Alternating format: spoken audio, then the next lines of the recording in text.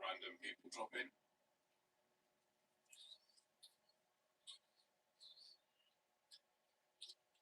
Two people watching. Two people. Two people watching. I know two people watching. Just as I switch the camera. 50 cruises.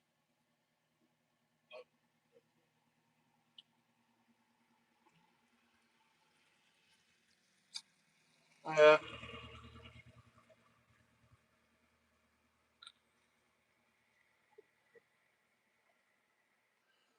went past too fast.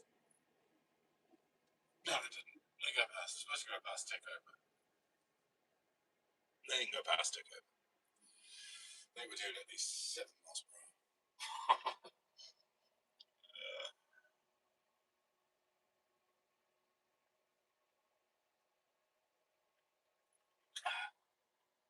Oh dear. One person watching. I'm not even gonna bother to talk unless I get 10 people watching. I'm just gonna sit here, get a little bit of this in. There you go. South Oxford Canal.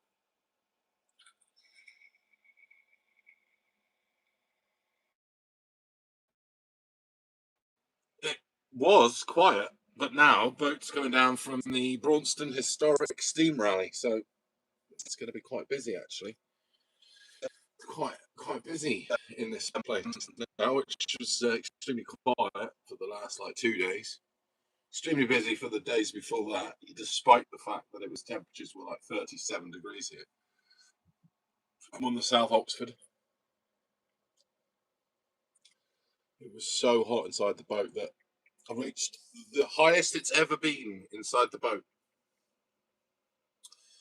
Have a guess. Have a guess at what temperature that. I can't even see the chat. What am I talking about guessing? Let me see whether I can get it up on the iPad. It got to 38 degrees inside this bloody boat. It was like living in the exhaust pipe of a hot rod. No. I just want my chat up. There we go. Sunday evening stream. 4 people watching. So I've got you, Mr. Drinkies, Durkies. Can't read the friggin' chat. Live chat.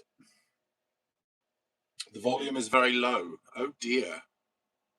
I wonder why that is. Let me see whether I can change the volume around. It's on max on the phone. I don't know why it would be low. Apologies if you can't hear me, but I don't know how to switch it up. I'm on the mobile phone. The only way I could probably do it would be bring the phone closer to me, but you wouldn't get the view then. And you'd have my ugly face plastered all over it. What's this little button do?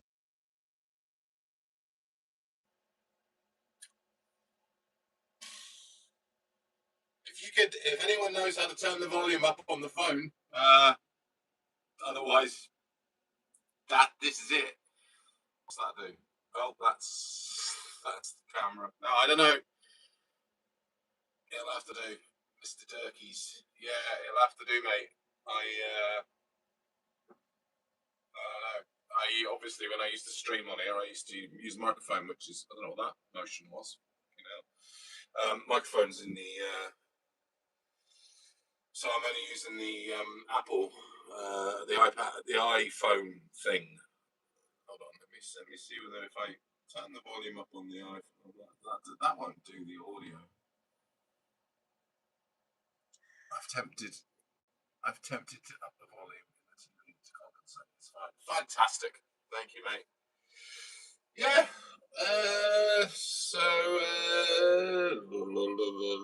Hello, Ray. Hello, Ray, mate. You all right? How's Ray? Thanks for joining me, guys. Randomly thought I'd live stream. I did a TikToky thing.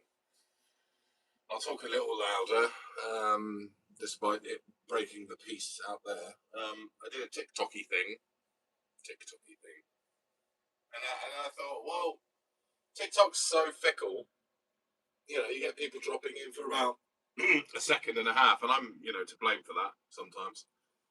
And I thought, oh, I'll do a proper little stream on my old YouTube, especially because I had no Sunday upload. I've been searching so hard to try and find content. To be honest, guys, I'm struggling. I really am struggling. There seems to be a lot more YouTube channels popping up with people sharing very old television, and I will refuse to upload the same content, or even if it overlaps once or twice with somebody else's channel, I will refuse to upload it because I don't want to annoy anyone else who's trying to do an old television channel. And there seems to be quite a lot more of them over the last 6 months to 12 months. I've noticed more and more, and good on it. I mean, at the end of the day, it's great content for people who love to see rare stuff and old television programs. I think what's happened is the algorithm on YouTube has lightened up a bit on some of these. The copyright thing has lightened up a bit, so there seems to be an insurge of people posting, uploading television shows to their channel without any penalties being awarded. So that's great for everyone that is looking for new old stuff to look at, but it has made sourcing content that I feel appropriate for this channel difficult. So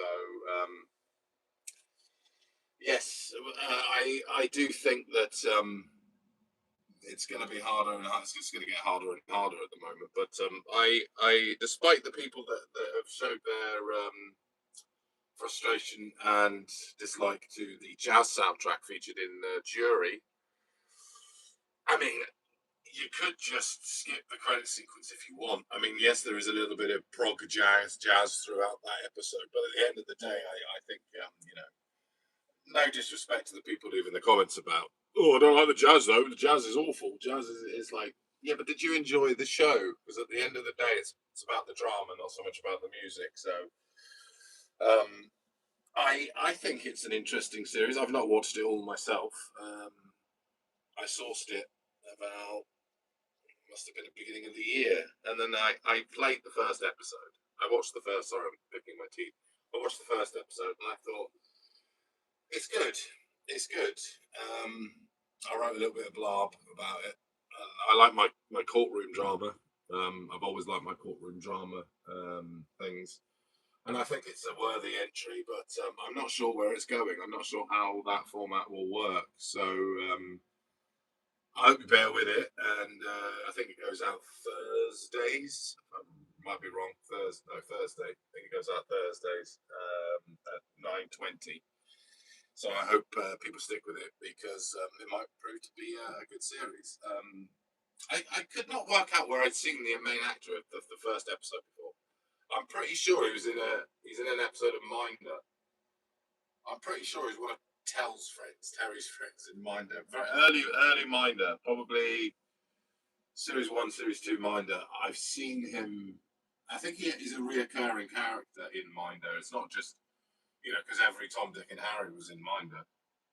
And the Bill Minder, but I think he was a reoccurring character, maybe a friend of Terry's in several episodes, but I might be wrong. I need to IMDb and check it out.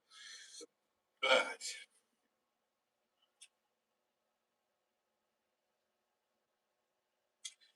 I can see you, Ray. Yeah, I can. Well, I can't see you, Ray, but I can see you in the chat, Ray. I wonder whether YouTube is as anti-vac. Well, anti-vaccines. No, but anti-vape as TikTok, because on TikTok now you can't vape on screen. Like you have to move out of the way. But I don't think YouTube has got that strict yet.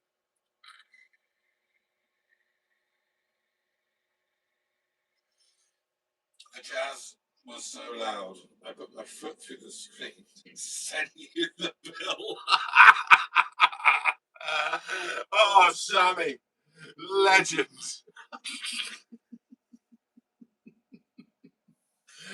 Oh my god. It's so funny how jazz divides people. Yeah, some people love it, and some people really hate it. I mean, it's not my favourite by any means. It's not sort of I get home on the boat and I chuck on a vinyl, some I'm trying to think of. I've never sort of like. I mean, swing music from the '60s. That's kind of jazz, American swing music. I quite like that. I own a few albums, Dean Martin stuff, but I've never been, a Chet Baker or although isn't that one of the what's the one that oh, I can't remember anyway. But I've never been a big jazz fan. So don't get me wrong. It was a lot of comments on that video about the jazz. When I say a lot, I mean about 4 or 5, but it did sort of made me laugh. But that made me laugh, Sammy. That's made me laugh. The more content, the better. More channels uploading is great, but creates another problem of finding something not already on here, says Ray. That's very true, Ray. That is very true, mate. And that is, as I said, that is an issue with consistency, keeping the channel consistent and trying to keep subscription numbers from dwindling or letting people down. It's become lovely for me to be able to read the feedback, even the ones that hate the chat, to read feedback from the subscribers. So I do feel that I would miss that a lot. So I want to try and keep the channel sort of with stuff, a good turnaround of stuff. But yeah, it is very hard.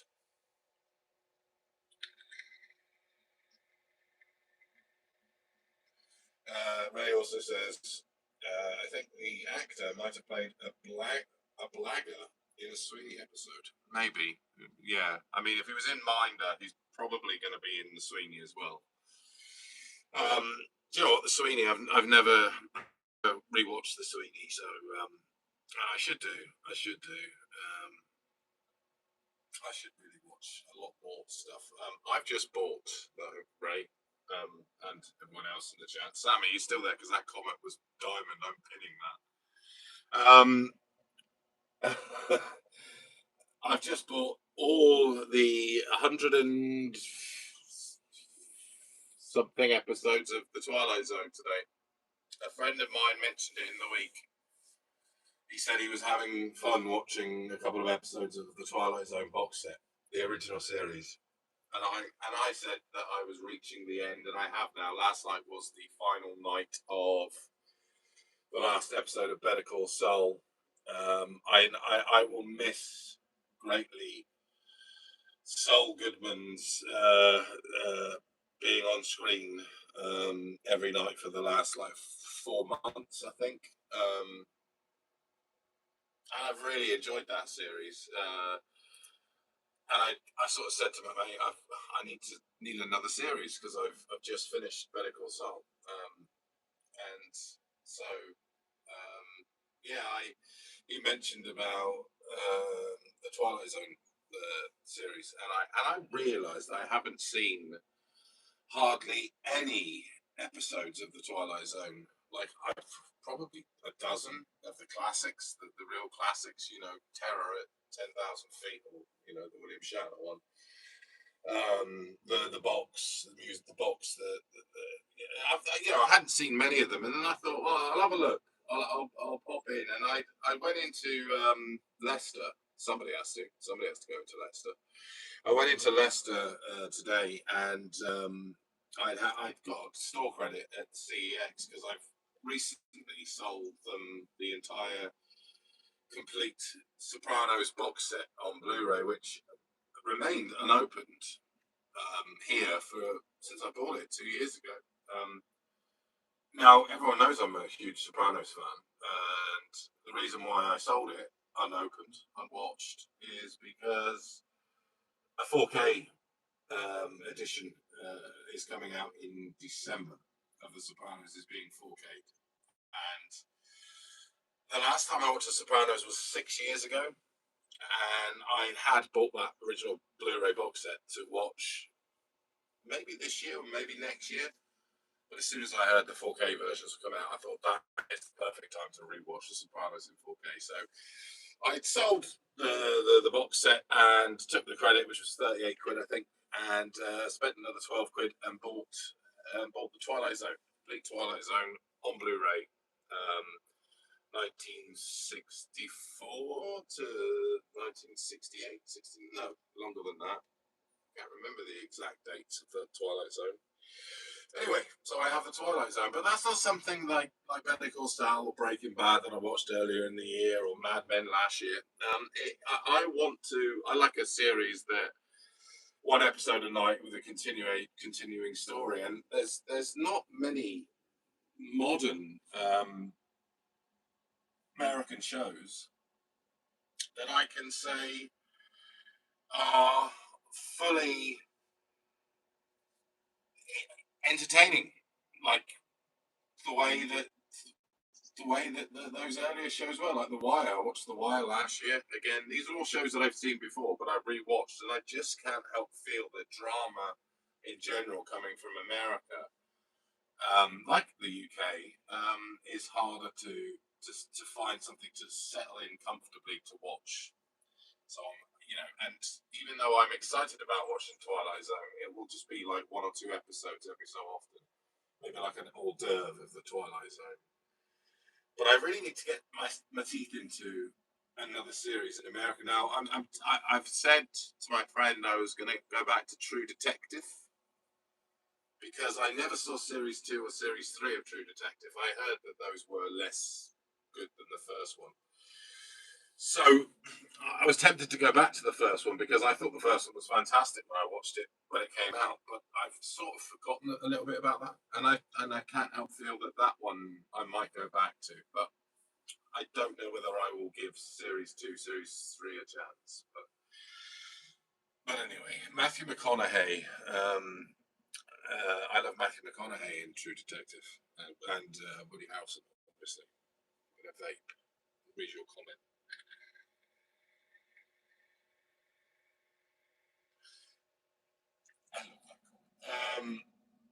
Twilight Zone, The Outlimits, One Step Beyond, to name a few. Yeah, right, that's right. Old School Fool, hello, mate. Old School Fool. Old School Fool. I say, can you keep the noise down? Some of us are trying to shave delicate areas. Don't you slip with that razor, mate. Jeez. It'll be a accident and emergency. Joking aside, really enjoying your uploads. Didn't realise you were canal based, by the way. Nice mooring. Love a canal holiday in the summer. Kennet and Avon for me. Kennet and Avon, Sammy, is where I'm possibly going. Bath and Avon. That's such a beautiful place. It's right next to the River Avon as well. It's just hard for a solo boater. There's a lot of swing bridges. Well, if you go to the K&A, there's a lot of swing bridges.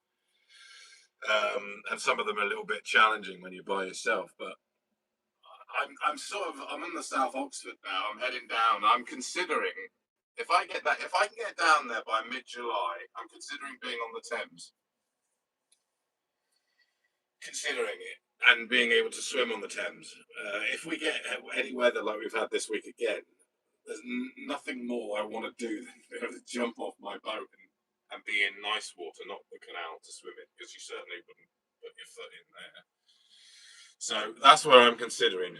But yeah, who knows? Things always change with me. This is a lovely mooring here, though. This is absolutely lovely. And, right near a place called Banbury.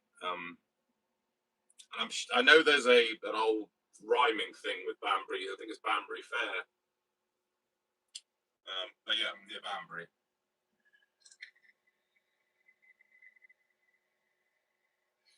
The Serpent Gallery. Very few of the original Twilight Zone episodes are worth watching. The vast majority would work better, but as comics, says the Serpent Gallery. I'd heard that the original episodes of the Twilight Zone are virtually like it's applauded, like the original series, even to this day, it's applauded. I know there'll be episodes that might not hold up as well as some, I'm expecting that, but I'm starting with series one and going right through to series five. But as I said, it's not something that I'm just going to sit down and binge watch. I'm probably going to watch an episode every few days or something like that, just to before I either watch a film or another TV series. I need to find I need to find a good American TV series. I need to find.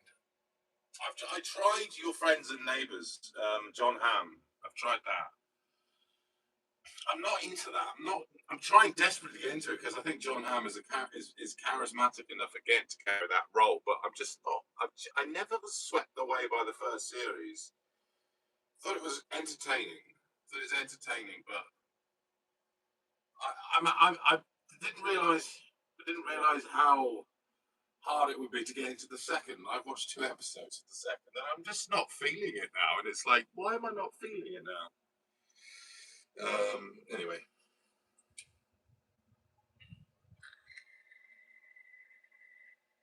Sheriff Brackett in the house, all the way from the United States of Kiss My Ass, America.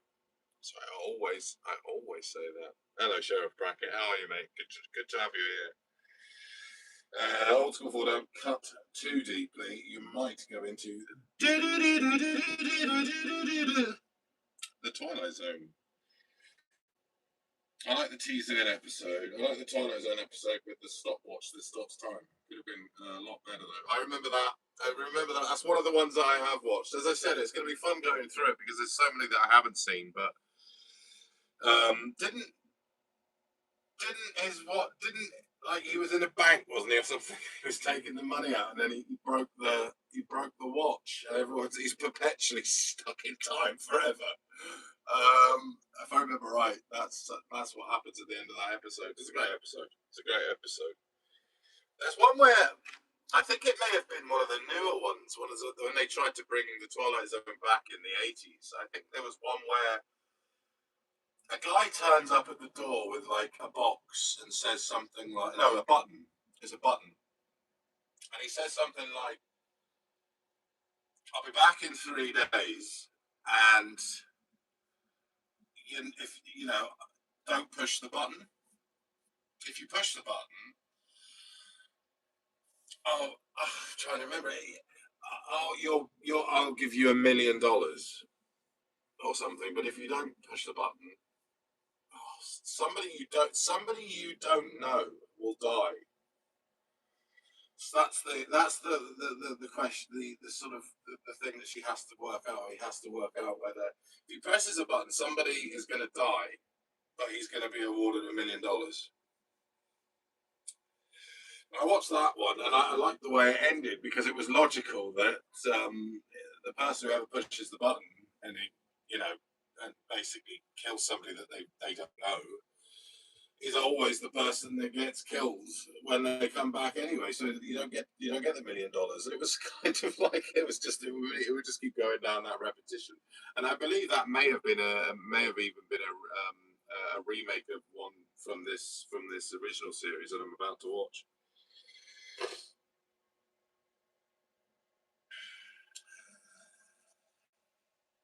Hello, stop. I'm using my iPad. Princess Devil, what you need, Nick of Time, and a few others. Living Doll and Caesar and Me about ventriloquist controlled by his evil dummy. See, those ones are always going to be interesting, and I don't think I've seen one about with a ventriloquist. I've seen plenty of horrors with ventriloquists, but not the Twilight Zone episodes.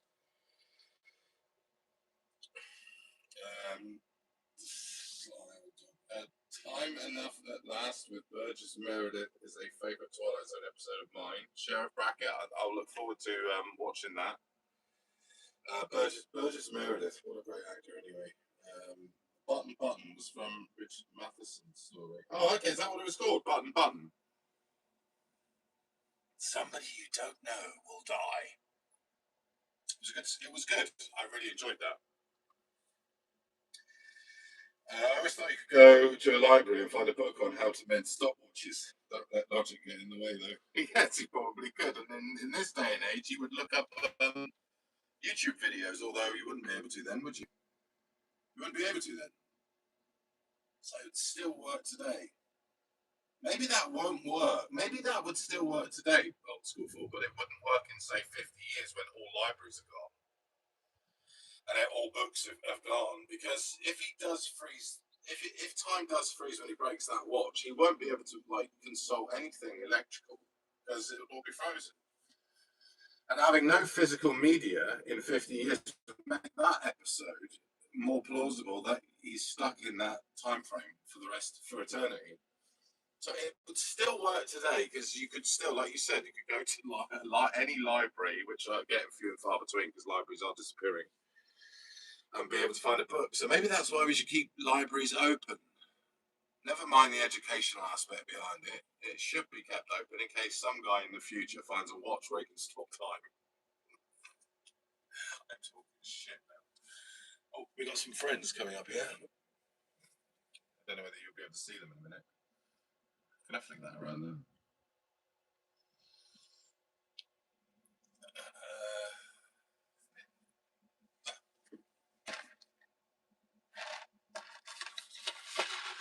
It's a bit of entertainment for you. Oh, you can't see them yet. Where are they?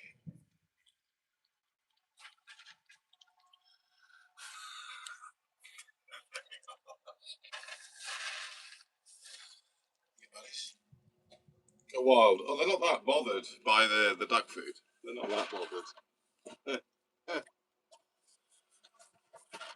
Probably more interested in. Eat it. It cost me £2.99 for B&M. There's a little moorhen coming up as well. I tell you what, it's all happening here. Yeah, I'll leave you with that for a minute. Oh.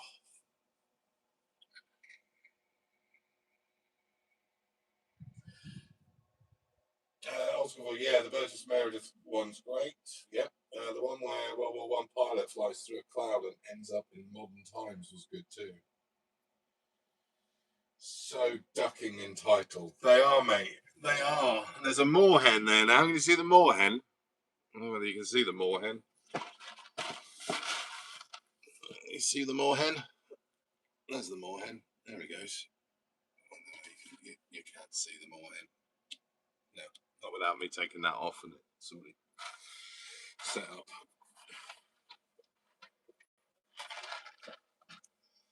Ducks are just looking at the moorhen steal all the food now. I don't think the ducks are that hungry, to be honest. I don't think they're that bothered by it. They've been eating all day anyway. Yeah, so that's what I got. That's what I've got to watch in the next like couple of days. They're going to start. They're going to start that. More hens are never enough. How are you, old school fool? How are you, mate? Are you all well? All good?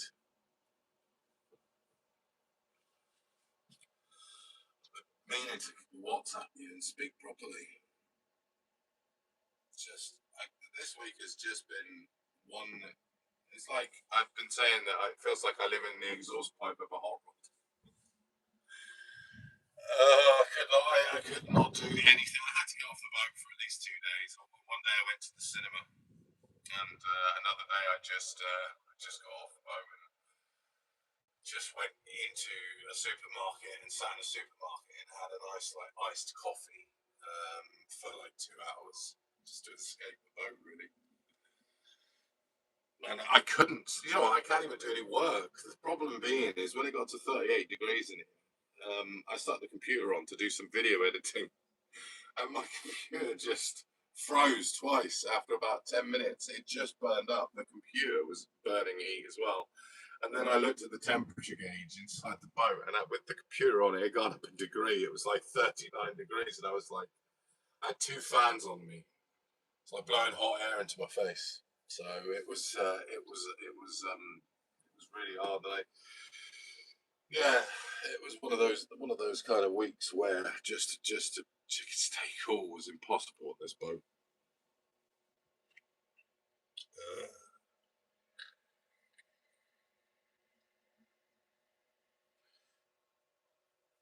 I'm good. LP's mastered, and I'm ready for stardom.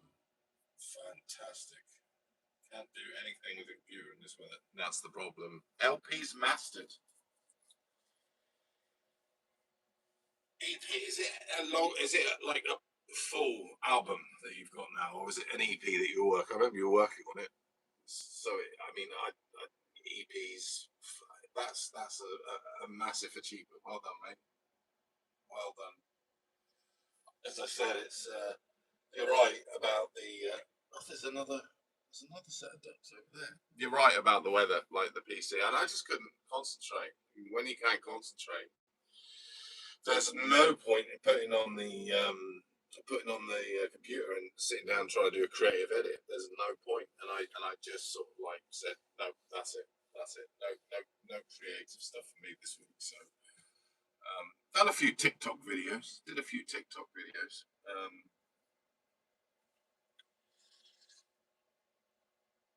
Full on player, very excited. Where can we buy one?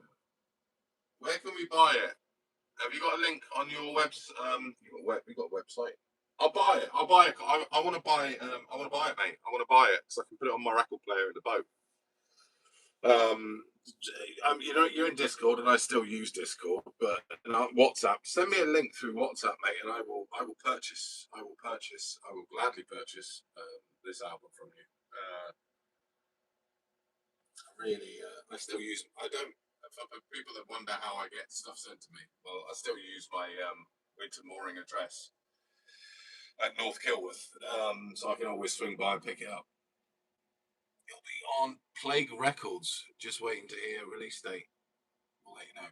Fantastic! I can't wait, mate. I can't wait. So yeah, I guess if you stick with Jury, you might be rewarded. You might not. And if you don't like the jazz, always put it on mute for the first 2 minutes. Stick with that. I'm trying to find another Sunday. I really like the Sunday afternoon thing. I really like it around this time. Sunday afternoon family dramas, and the Silver Sword went down really well, and I'm glad people enjoyed that. That was kind of one that I watched along with people when it was broadcast. I don't watch them all in one go, you see. I can source these things, but I watch them at the same time as I broadcast them, often with people in the chat. I don't ever talk in there because I think that would be wrong. I did do that with the long chase, where I was chatting away, but I felt like people would wait a week for an episode. The last thing they want to do is chat along while they're watching it. So I tend to sort of sit there in the back and watch the episodes with everyone when I broadcast them. And I think Jury's got potential. I have seen the second episode of that. I think it's got potential, but I don't think it's going to be as popular as the Silver Sword. I swear that's something to do with the Sunday afternoon evening slot. I just wish I could find another series from then. I've got like 10 written down that are really rare, but I've not come across anywhere I can purchase it yet. I've got 3 different places where I go to source material. One place on the internet, and then 2 places through people that I bought from for the last 10 years. And they've not been able to find anything for me in that respect. But there are 10 series that I would love to get a hold of, and I check every month. I check, but unfortunately, they've not come up yet. But I've had people mentioning series on YouTube as well. So comments people leave, and they say, "Oh, if you could get this or that would be great to have that." And I've written those down. But as I said, it's getting harder to source stuff now, I think. These ducks. Hey, buddy.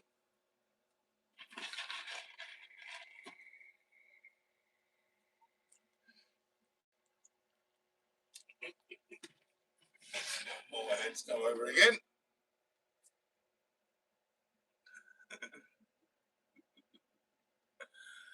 Sometimes feeding the wildlife on the canals is better than television. I don't need another American TV show. This is my TV show. This little squid. I've got nothing in my hands. This is my thing. I apologise for the sound. It does sound a little bit. I mean, oh, the duck's chasing them away anyway. If I had a lapel microphone, if I do intend on doing a few more streams on a mobile phone in the future, I'll look into getting like a microphone that I can connect to the iPhone here and it sounds a bit better. Did you say you were looking for a good series to watch? Serpent Gallery, yes, I am, and a good series that isn't that's modern. It's keep. I have to keep in with. I have to try to keep in with modern new stuff instead of just. Nobody wants to keep watching old stuff. Well, I don't anyway. I I love my channel, but I would love to I would love to sort of keep in with modern drama as well. There are certain things that I post on my channel that I've never watched myself or I've not enjoyed, and I felt that somebody might enjoy them, but personally, I don't watch them. There's not many. There's not many. Probably, I can think of about 3 series of something that I've uploaded this year where I'm like, not really my cup of tea. Black Sails. You always, I know. I remember you mentioning that a long time ago in our Saturday night chats, mate. Why hasn't it appealed to me? I don't know. What type of series? Okay. What type of series? Sheriff Brackett says almost everything I watch is from before my time. I watch virtually nothing that could be considered modern. You see, this is the thing where, like, the finest. Okay, let me give you the top 5 American shows that I've fell in love with and consistently and go back to. People know this is Mad Men, The Sopranos, The Wire, Breaking Bad, The Larry Sanders Show. That's those are the given 5. Those are the given 5 that I go back to every 5-6 years. I will go back because they still fill me with awe. After some of them the second time, some of them the third time around. Those shows there. Let me just move my cross leg on the bed here. I don't usually stream from this area. So those series. Now you could also add in the 90s. You could also add the X-Files. I watched that up until series 5 or 6. I stopped watching them. I did download them all to watch them again, but I got halfway through the first season of the X-Files and I felt, I don't know, that's probably like why I've gone back to the Twilight Zone. What else did I watch in the 90s? Murder One, a series called Murder One. That was huge, a very good series. Do you know what? I should go back to that Murder One. I haven't seen that in 25 years. True Detective. I heard that the second season isn't as good as the first. Vince Vaughn, I believe, is in the second season.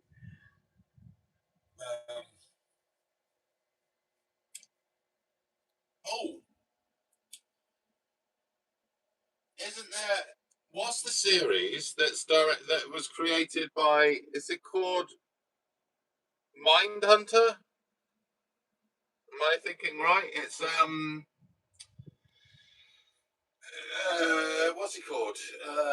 Fight Club director. Oh Christ! Why have I forgotten his name? The Zodiac Killer director. Is it Mind Killer? Something like that. People talk about that series. David Fincher. That's what I'm trying to think of. David Fincher's TV show. I've never watched that. I've just suddenly remembered that might actually be a viable thing for me to go to. Who knows? Good lad, Sheriff. I love Larry Sanders, but even that's like 30 years old. I know Sheriff Brackett is so.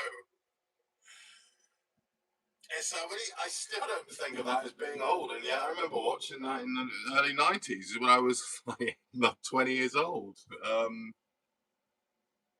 I haven't gone back to the Larry Sanders, but I watched a lot of reruns on ITV4 when they were on.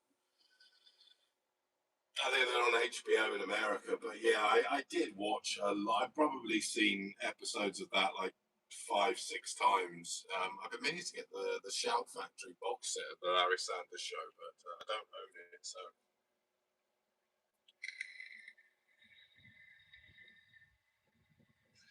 Enemy at the Gates, great series set in Germany occupied Guernsey, says Old School 4. Enemy at the Gate. Is that a British? Is that a British? No. I've watched 6 Feet Under several times. I didn't get good until series 2, though. Joe, I never watched that. I never watched 6 Feet Under. Is that the same actor who plays Dexter, Dexter Morgan? Is he in that? It was like Michael, what's his name? I never watched it. I never watched it when it was on. But I must admit, I was a bit of a fan of Dexter up until series 4. And then it gets a bit rubbishy, Dexter. But I have gone back to Dexter with the newer stuff that's been out in the last couple of ones. In fact, the last series of Dexter was a lot of fun with it was in New York. I really like that show. Dexter Resurrection or something. Well, yeah, maybe that might. It's a good call. It's a good call. Maybe that is a boat coming. It's a boat coming.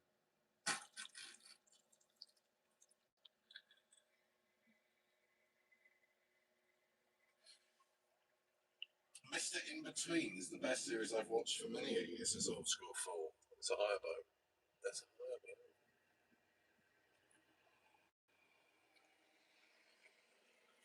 Right. They go into the sun. I can't see where I'm going. Mr. In Between. Okay, 6 Feet Under. Mr. In Between. I'm getting some good things here. Enemy at the Gate. I don't know that. I'll get to with you that. I've got that box set from Shout Factory to Sheriff Bracket. It's a good box set. There's a UK version of it, Sheriff, that's doesn't have all the extras. There's a lot of extras with the Shout Factory, and as a big fan of the show, it's an essential for me to import that in and get that in the UK. Yes, it's very good. Oh, so it's British. Yes, I look at the game. It's British. Early 70s, really good. Oh, okay. I was before. Okay, that's an interesting one. What happens? What would happen? Do you think if I was to start watching, keeping now, going against what I've just said about a modern show, watching a modern show again? What about watching Danger Man? Does anyone? Nobody talks about Danger Man. They all talk about The Prisoner, and I'm wondering whether Danger Man is aged as. I know it's probably not as cult following as the Prisoner, but is that worth going back to and watching? Or not going back to, actually, for me, watching the first time round, because I've seen The Prisoner. I saw that again a couple of years ago, and I absolutely loved it. But I know that Danger Man is very episodic, almost formulaic in the way it's told. Each episode is different, so I'm just wondering whether anyone's a big fan of Danger Man. Might be something that I could at least download and. Hello. You're a bit close. It's a duck. I'm talking to a duck.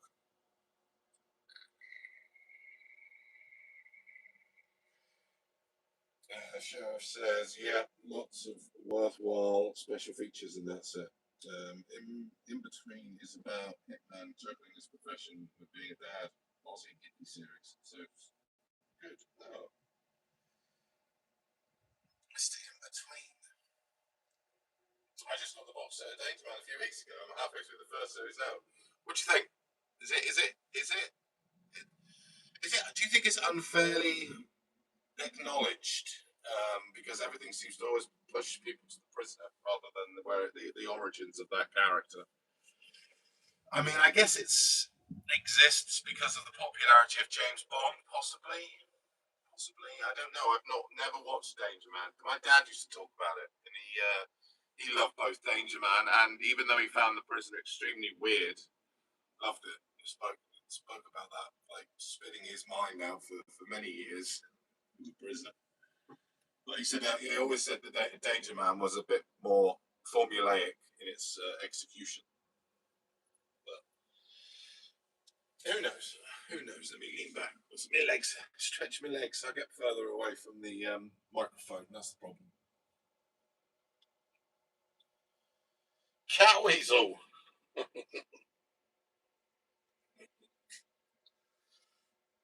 I was deleted. I saw about Catweasel.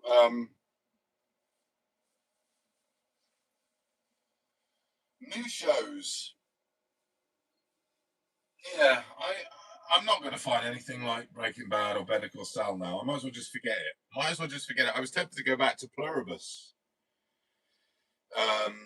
Vince Gilligan's recent series. But I watched that, funny enough, and that got me into wanting to rewatch Breaking Bad, which got me into wanting to watch Better Call Saul. I guess I have to just get used to the fact that that the Breaking Bad universe has sort of ended for me now, and that's a bit of a shame, really, because it was a good universe. I can't help but feel that maybe in America, you know, series that tend to carry on way too longer than some people feel they should. I can't help feeling that there's still some legs in Albuquerque. There's still some legs in that show somewhere in there. It's never once felt like it's got, you know, overdone.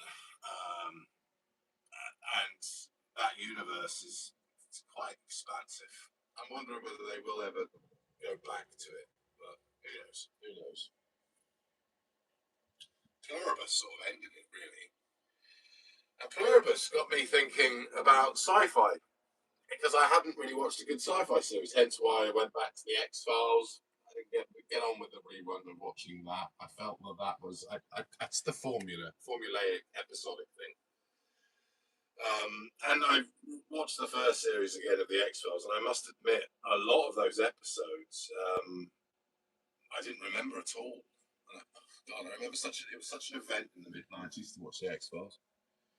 I just didn't feel the love. I think maybe I progressed, and I think the episodic thing is give me a good something I can get my teeth into. A good 4 or 5 seasons of something. That's what I'm after. That's what I'm after. And as I said, just come off the back of Better Call Saul. It's going to be a hard thing to achieve that.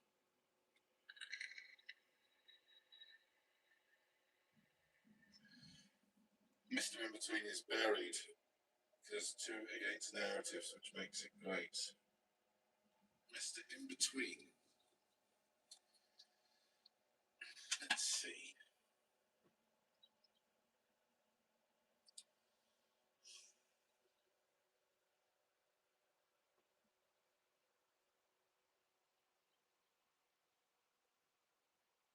Mr. In Between.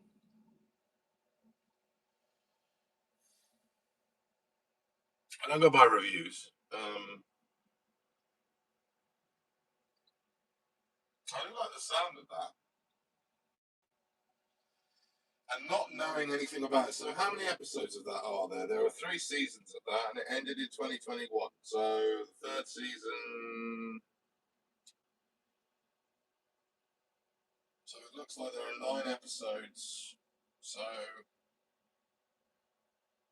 27 episodes. Thanks, Old School Fool. And thanks for everyone who's given me some lots of food for thought there. That I think that might be Australia. Definitely. I've just come off the tail end of watching some great Australian thrillers from the 70s. So I think that possibly might be the way to go. Download the episodes, watch an episode a night. Yeah, I think that one is where I'll go. Mr. In Between. Very good reviews on IMDb for that. Ray Shoesmith, great character's name. Ray Shoesmith, the father, ex-husband, boyfriend, brother, and best friend. Tough roles to juggle in the modern age, especially when you're also a criminal for hire. We'll give that one a go, won't we, Ducks? You want to come in and watch Mr. In Between? Yeah, thanks, guys. Some great suggestions there. Some great suggestions.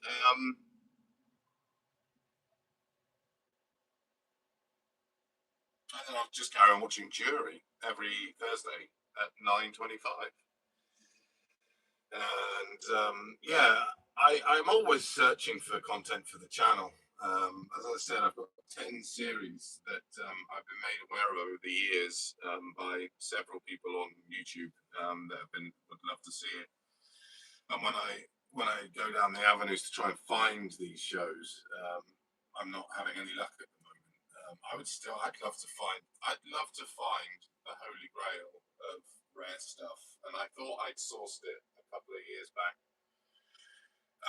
The holy grail for me of a one-off comedy drama was something with the lovely Jan Francis in from 1975 called The Laundrette. That would be the crown, the jewel in the crown of my Jan Francis segment to find that, because it's a romantic comedy set in a laundrette in London, and I believe they shot it on film, so 35mm. It wasn't the BBC; it was for ITV, I think. Shot on 35mm film, and I've seen stills from it, and I know a print exists. God knows where it is, but I know it exists. I've seen prints, and there's a time code at the start of it. So broadcasting, so it's broadcast quality. It's not like it's been restored. Thanks, Old School 4. It's not like it's been restored or anything. It's a time code from some broadcast tape. But I would love to find that, and I thought I'd managed to source somebody who at least knew of it. An ex-BBC Bristol employee. And I was like, I might have found it. But no, it didn't materialise. So yeah, I'd love to keep the Jan Francis content alive and well. Somebody uploaded something a couple of weeks back, and I just found it, and I was like, oh shit, had Jan Francis in as well. Again, I'm not going to upload it to my channel because somebody has already uploaded it to their channel, so I won't duplicate. No duplication on Major Tommy's cat.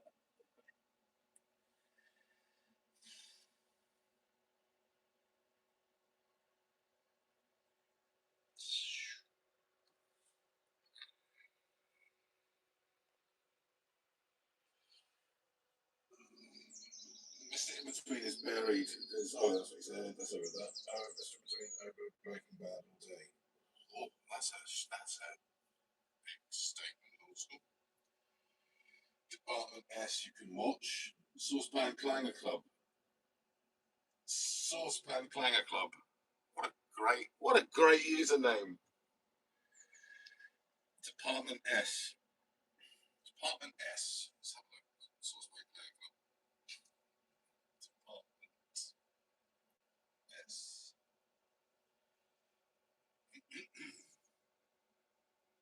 ITC, the classic ITC logo there. British Spy-Fi. A Spy-Fi? I don't think I've ever heard that term before. Spy-Fi. That's Jason King.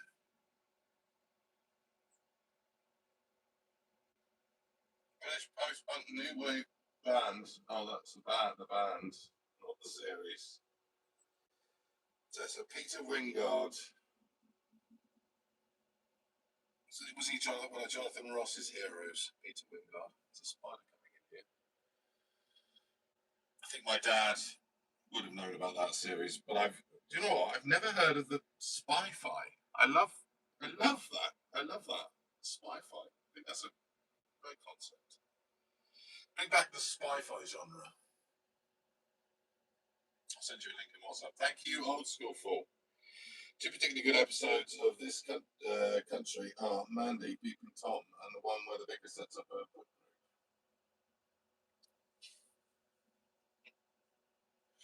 What a great eclectic titling for episodes there. Mandy, Peep and Tom.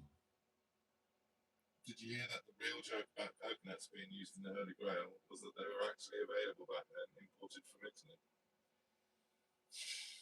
I didn't hear that. I always remember that as wasn't it like the thrifty production costs? They originally were just using coconuts for sound effects, and then they thought it would be funny to actually physically film somebody using them. That's footsteps or steps. Yeah.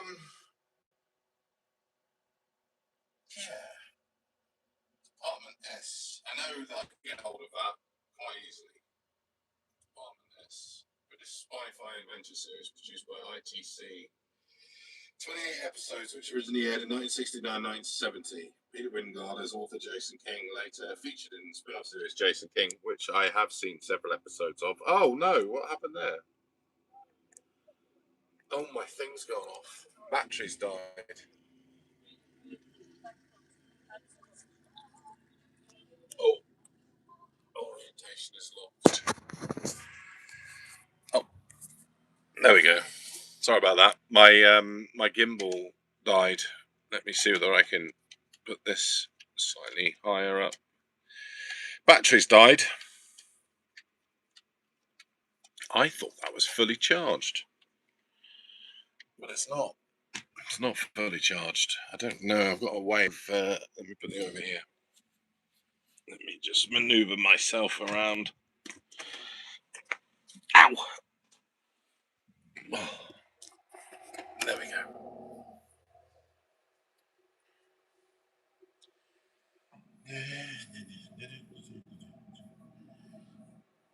Yeah, Department S. I'm intrigued by that now.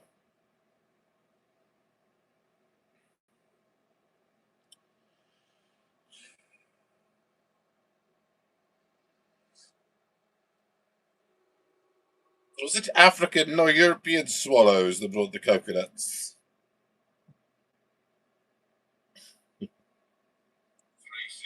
Shush! Now I've got myself on there, the audio. Yeah, my this is my little gimbal. Do you know it's been trodden on by an Indian? That I'm talking about, Apache Indian, who's in London, and I was filming a lock for my old channel, Tall Tales from an Arabo, and this Indian guy just was running along the canal system along the lock and jumped off and crushed this. God knows how it still works, but it does. But it's pretty good when the batteries don't die. I need to charge it up. Oh, oh, oh.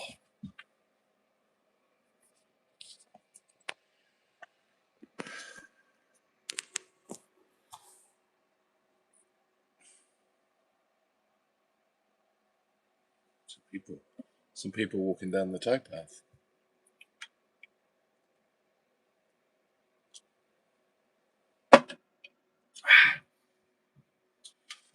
Yes. So what's everyone been up to? Because it's been a while. It's been a while since I last live streamed on Major Dolby's Cat. Terry Jones was a medievalist. Some would have known. I think the Aztec also. Thank you. Thank you. Some on this side. Some it's keeping in with the Great Northern Hotel. I tell you, the level of detail I've gone to create a boat that's seemingly eclectic, but not so much like a fan-based boat.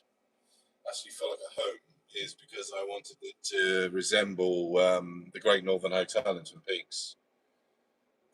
So it's the only room on my boat that's still wood-based and earthy, because this is my bedroom.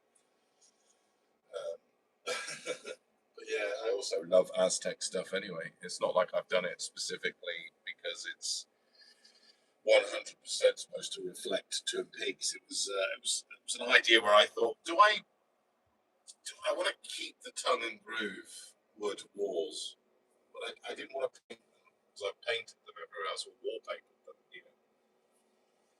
And I thought if I could put like a border up, and then I found these, like, they're quite thick,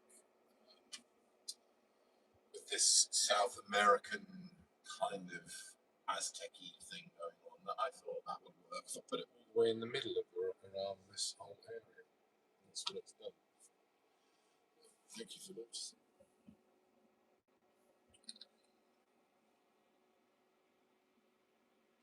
I have toned down the Twin Peaks stuff since for the last like 2 years when I was living on here. I was thinking I want it to be a bit more personal now. Like I want it to be still have like pictures of that's the Great Northern Hotel and the Angel Falls. The Great Northern Hotel, Twin Peaks. Agent Cooper stood up on the wall here. Laura Palmer's in the hallway. Well, do you know what? When I'm mentioning like the top five, I never mentioned Twin Peaks, did I? Because that's in a realm of itself. That's a given. It's almost like my birth certificate. I was born, therefore I love Twin Peaks. That's. I mean, David Lynch has his own cinema shelf in my saloon. I look to the right and it's just David Lynch stuff. That's it. He's got his own shelf. All my other films and TV series on the other side. He has his own shelf. But I know Twin Peaks isn't everyone's cup of tea.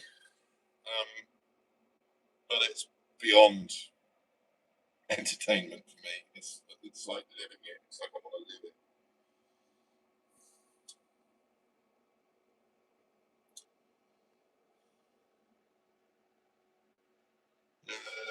Remember the gimbal stomper?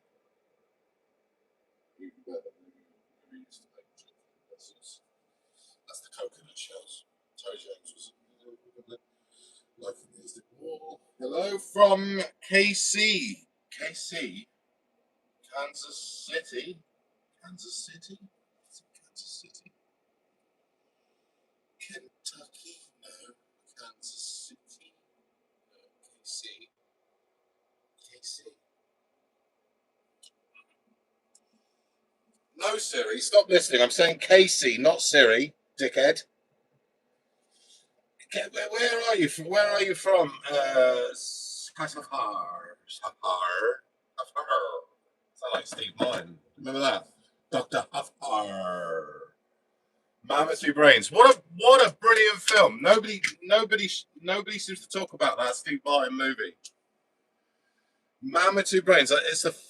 Even as a fan growing up of Steve Martin, like I was a huge Steve Martin fan in the 80s and 90s. Huge. I still hate Saturday Night Live, but I'm a huge Steve Martin fan.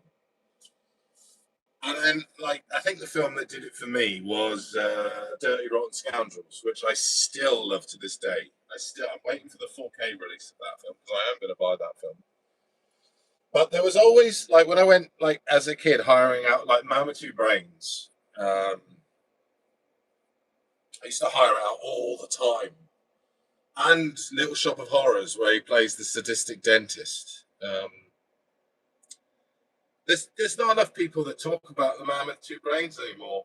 It's a great film, and I myself hadn't watched it for 20 odd years, and I thought, let me go back to some classic Steve Martin. Let me remember the days of hiring out the Man with Two Brains. So I rewatched the Man with Two Brains on Blu-ray.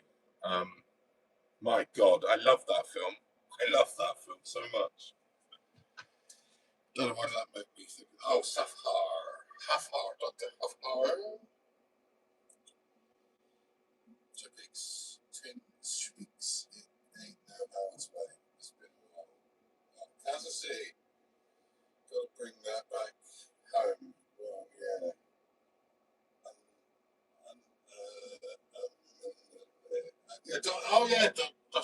I just really able to read that. Armelahay.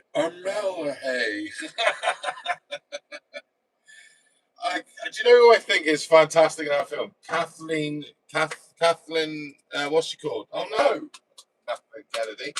Not her. What's she Record. Jewel of the Nile. Romance in the Stone. Kathleen, she's great in the Mammoth Prince. She plays a bitch. She's a bitch in half, but she's wonderful. I'm trying to remember her name. Somebody right. Kathleen Turner. Kathleen Turner.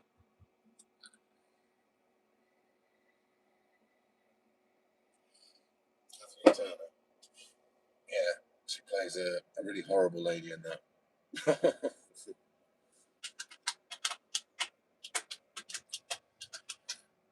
Might take that outside. Fancy going outside? Last 10 minutes of the stream. Fancy going outside? Give me a thumbs up if you fancy going outside.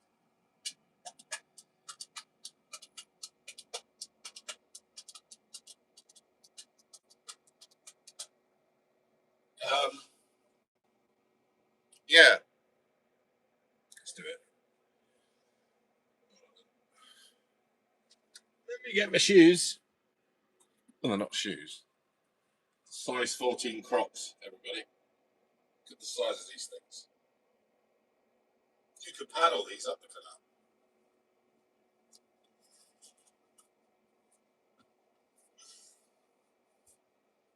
Oh, I had a burrito. We're watching too much Breaking Bad and Better Call Saul. Burrito. Take that out.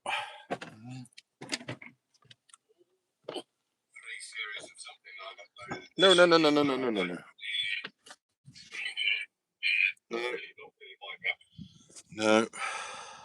Give me a second.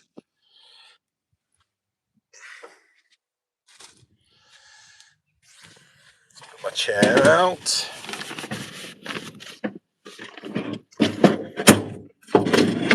Having nowhere to put my phone because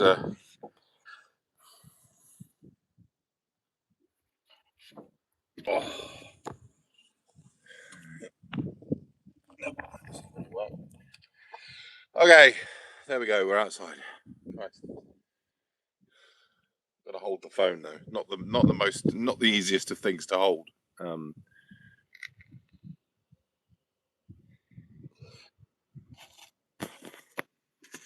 Can't see the comments. Oh, sod off. If I can put you there. Magnetize. Oh, there's nowhere to put the phone. Oh.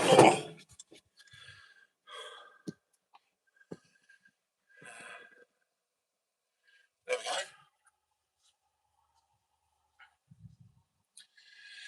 Is it cooler on the water? No, it's not actually. It's you'd think that it would be, but it's been so humid here that there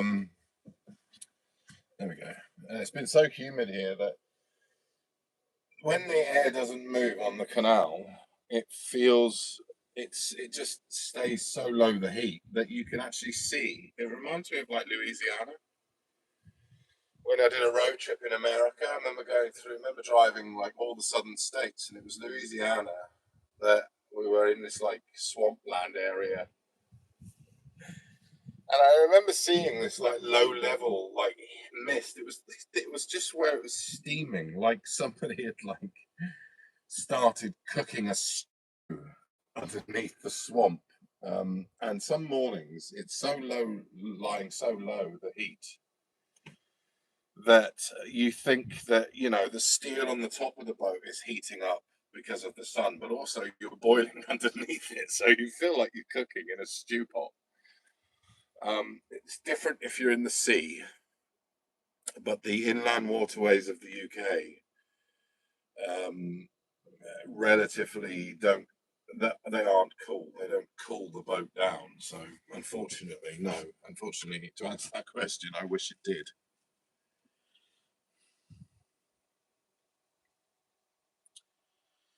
I don't do too well in the heat or anything even approaching heat. For me, the colder the better, says Sheriff Brackett. That's where I am, mate. I'm very much like that. I prefer to be Because at the end of the day, if you're cold, you can put a jumper on and warm yourself up, or sit near a fire and warm yourself up. And I love the coziness of that.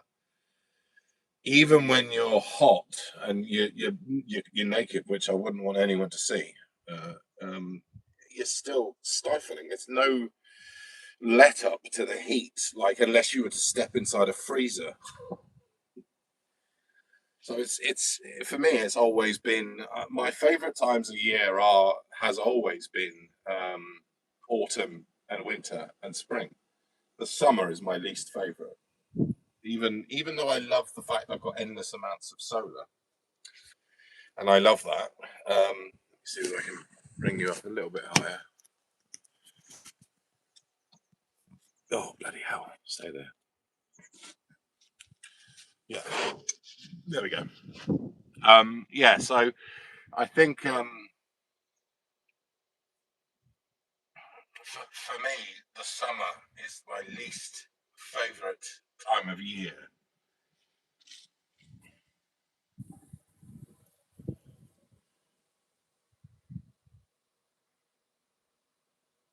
Sammy says, I'm the same as you. Burn if I walk under a 40-watt lock bulb. I, yeah, I mean, over the years, I think because I was, originally a blonde, blue-eyed kid. Now I'm bald, so I have to keep my hat on.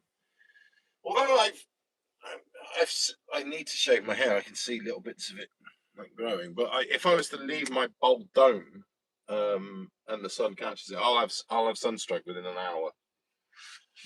And I can't, my skin, but it has adapted to a more outdoor lifestyle. Like I've forced it to over the last 10 years because I was, so I don't go bright red anymore. I do go brown.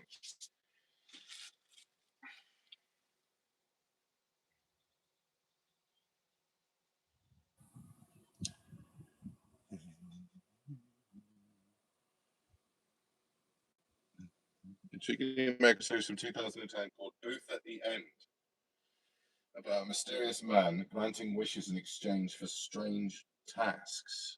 That sounds interesting. Is that British or American, mate? Oh, American, you said, sorry. The Booth at the End. Yeah, that one's never come up on my radar.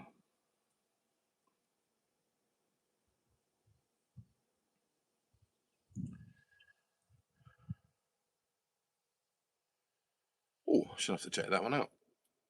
I probably won't post this stream. I don't generally, because it gives you an option of like of going back to it. But I'll probably keep it private. But I can go back in. I get all the comments, so everyone who's left comments about what to watch and stuff.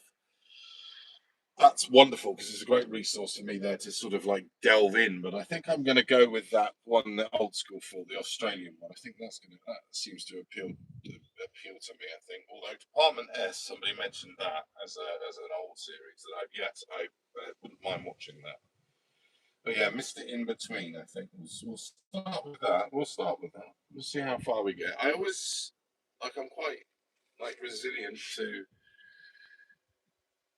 giving it a good try. Like, if I'm not into it by the middle of a series, then I'm probably still going to watch out the rest of the series, even though I might not. It might take me a while. Like, I've got a lot of patience for the first series of anything. I have a lot of patience. In fact, I like the slow burners. I mean, Better Call Saul had that.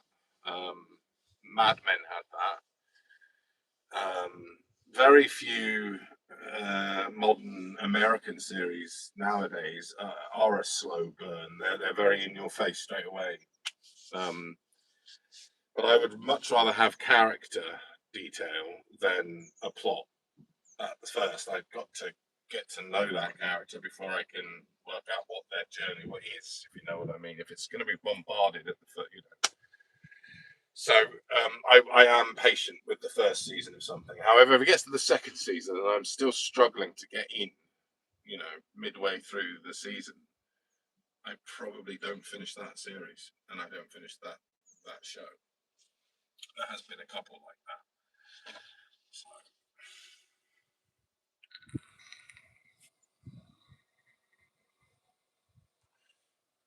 I think I'm actually quite proud that I got this in a vertical format, because before no, horizontal, because before I only had a vertical way of streaming on YouTube.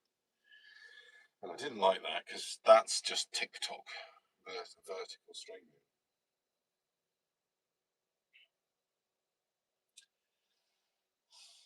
Its and boldness make no sense. It should be the other way around. I've often thought about like getting a beard, but I can't grow a beard. I thought about, because most bald people, they have a beard, don't they? They always have a beard. But I always think it makes their head look like it's on upside down.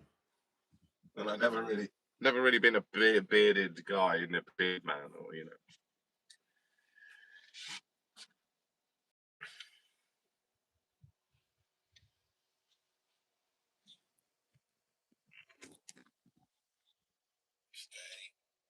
Stay.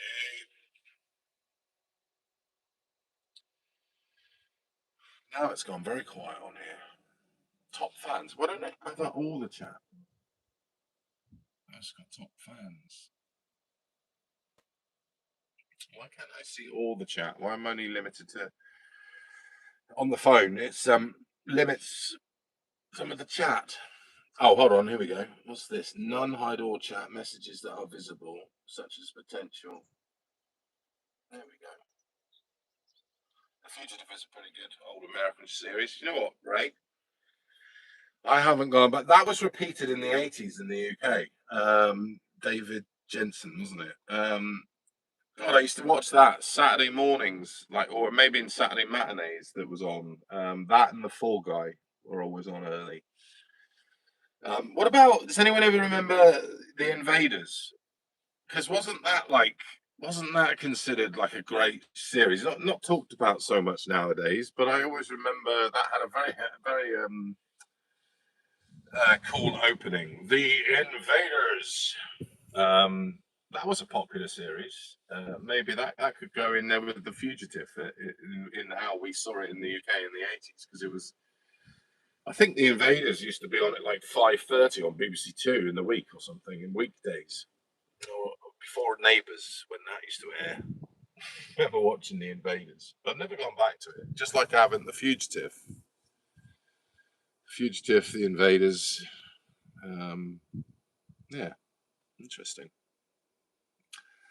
Yes, Quinn Martin production.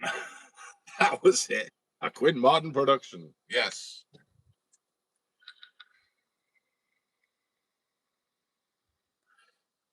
Oh, they don't last very long on the bloody screen. Jesus. It's easy to look down here.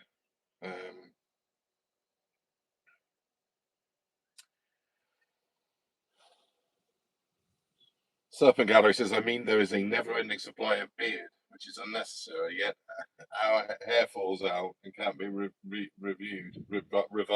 Reviewed? My dad is a big fan of The Invaders. Got him the box set last year. Larry Cohen. Larry Cohen? The Larry Cohen? Chucky. I know Chucky, Sam. Yeah, no Chucky. I'm reading the fact that Larry Cohen created The Invaders. Now, I've watched a lot of Larry Cohen movies over the years.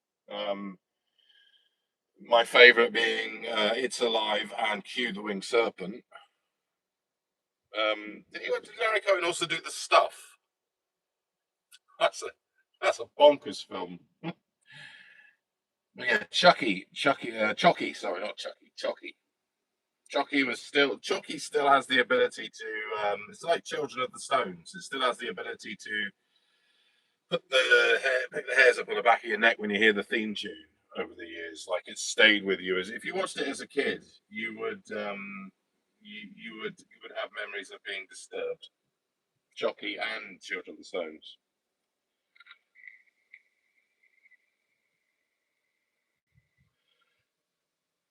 Tripods, says Old School Fool. Yes, Saturday afternoon, BBC One Tripods. Pretty sure that was on Saturdays, around the same time as the New Adventures of Robin Hood, or Robin of Sherwood, I think it was called, with Jason Connery. Um, yeah, Tripods, says Old School Fool. Yes, Saturday afternoon, BBC One Tripods. Pretty sure that was on Saturdays, around the same time as the New Adventures of Robin Hood, or Robin of Sherwood, I think it was called, with Jason Connery. I'm pretty sure tripods were on at that time slot on a Saturday. Might be wrong, but I'm remembering watching it then, along with things like Terrorhawks and stuff, which isn't that well applauded as much as Thunderbirds, but Terrorhawks had a scary effect on me as a kid. Scary looking puppets.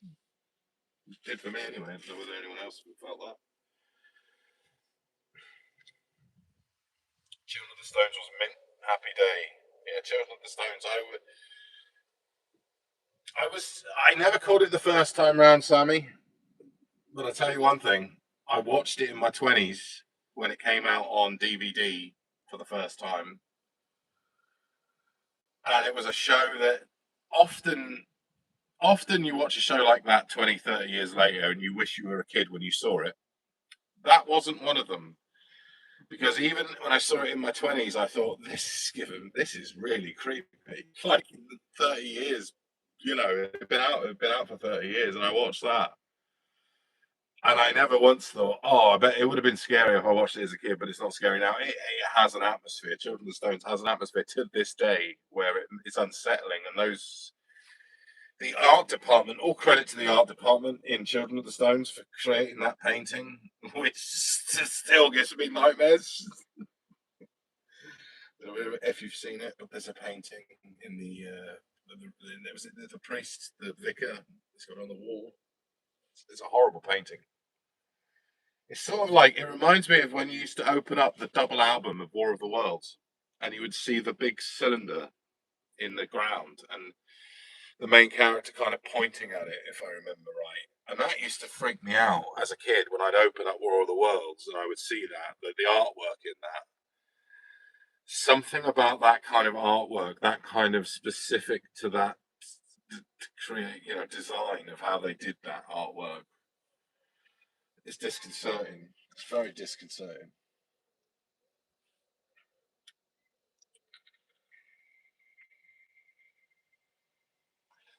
Clifton House Mystery was one of my faves. It's old school fall. Watch the King Cohen documentary about Larry Cohen if you haven't already. Great film. Sheriff Brackett, thank you for the recommendation. Being a huge Larry Cohen fan, I have not seen that documentary. Booth at the End was originally broadcast in very short 5-minute stories. I think the total length is about 2 hours ish. Why do we call him Mr. Drinkies? It's Durkeys. Mr. Durkeys. Zelda was hot though, right? Come on, you wouldn't. Oh my God, Zelda! That was the thing that used to give me nightmares, mate. That puppet, it was like wrinkly and stuff. In fact, there was a really shit film. No, it's not shit. It's not shit. It's not shit. There was one scene in it in Halloween 3, Season of the Witch, that used to give me nightmares as a kid. Do you remember the scene where? I mean, it's such nonsense. Halloween 3, and it is. It's a terrible film. It's a terrible film. People say, "Oh, it's a cult favorite," and um, it was a terrible film, and yet there are several sequences in it that haunt me as a kid when I watched it. And there's this one where the woman is playing with the badge that she finds on the mask, and she's poking it with something, and it suddenly this thing kind of like fires out this beam. It's nonsensical, the story in this, really, isn't it? Halloween 3 is just ludicrous, but it sends out this beam, and next minute you see her, and her face is kind of all like, I mean, you see it's a puppet. You can see it's a puppet. And I think something crawls out of her mouth. Like, why? I have no idea, but some bug comes out of her mouth, which then is later questioned. Why? Why are the kids, all these bugs are spewing out? I mean, the film's just completely no sense whatsoever, Halloween 3. But it freaked me out. And why I've said that is because Zelda, that puppet, looks like that woman from Halloween 3 when she's played around with that thing, that badge thing. Horrible. Horrible. But I think I remember watching Halloween 3 as a kid and going, what the fuck is going on? Like, but there are still things in the film that are commendable in horror, even though it makes absolutely no sense whatsoever, that film.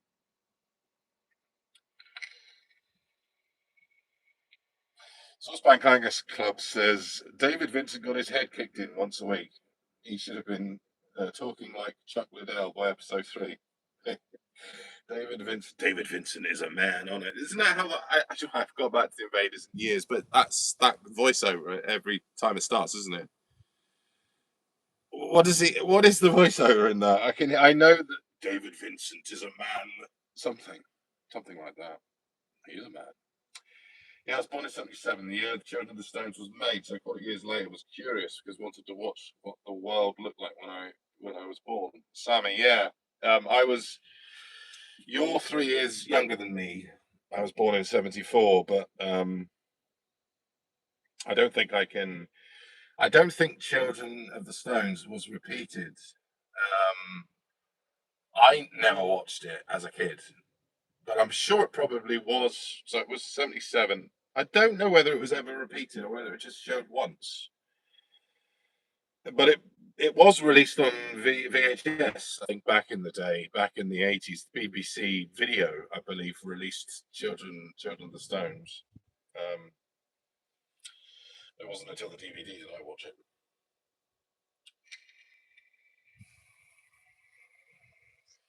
Serpent Gallo says there's a clip of Charlie Chuck on the old James Whale show unveiling an alternative Zodiac to Margaret Thatcher impersonator. It's hilarious. I will check that out on YouTube if that's on YouTube. Make Charlie Chuck's James Whale appearances were legendary.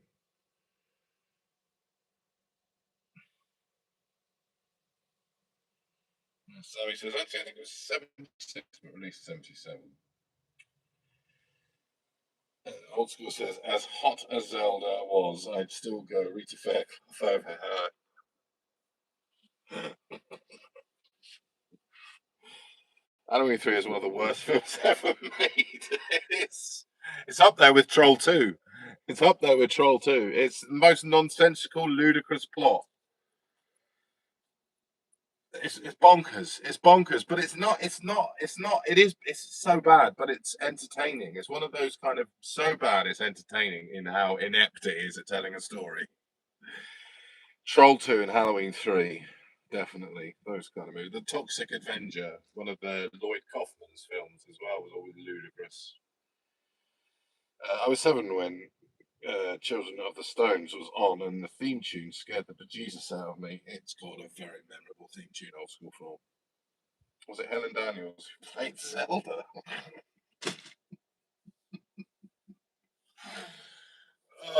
I was watching something like that recently.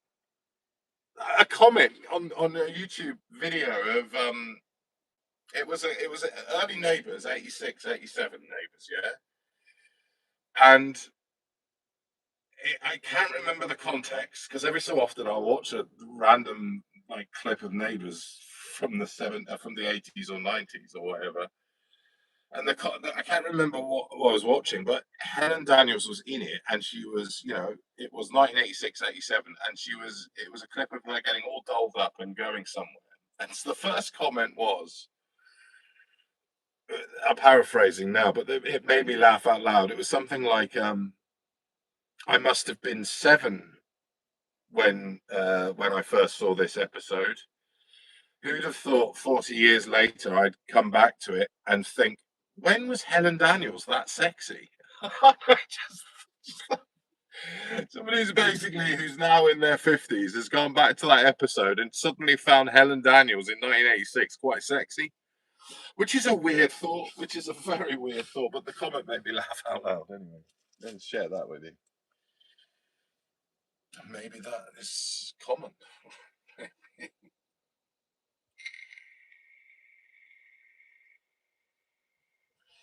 Americans make horror, only the English can make things spooky. That's an interesting. That is, I sort of agree with that. I sort of agree with that. The atmosphere. I think we can. I think what we had back. I think it goes back to the Hammer horror days, the Amicus horrors that we did in the '60s, '50s, '60s, and '70s. Long after Hollywood had given up on horror, like they'd had their Universal run, hadn't they? They'd done all the big Universal horrors. You know, Bela Lugosi's and the Lon Chaney Juniors and all of those guys that were around in the 30s and 40s. And I think horror in the 50s in America certainly struggled in. I don't think there was much money in making a horror movie. Westerns were huge then, weren't they, in Hollywood? So and I think it took somebody like a small British company that had very little money compared to what Universal Films had. I think it took a lot to create an atmosphere back then. And while we, you know, even when they were made, people felt that they were a bit hammer horror. But what they couldn't deny was we created an atmosphere that wasn't in those in American cinema and horror at that time. We created this atmosphere that I think outshone any shoddy effect that we had in those horror movies. So I think we were always looking at creating atmospheres in horror.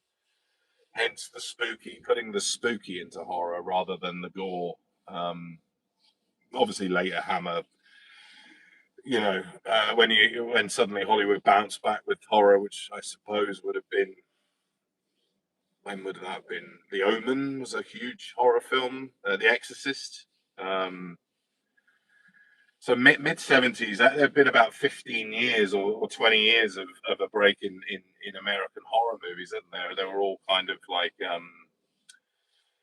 B movies. Hollywood didn't touch horror. They were all kind of like Night of the Living Dead and sort of low budget horrors that were still sort of very popular with audiences. But then when, you know, the resurgence of horror came in Hollywood with things like The Omen, The Exorcist, by that time I think Hammer struggled because people had felt it was old fashioned now, like those kind of movies, and they turned their backs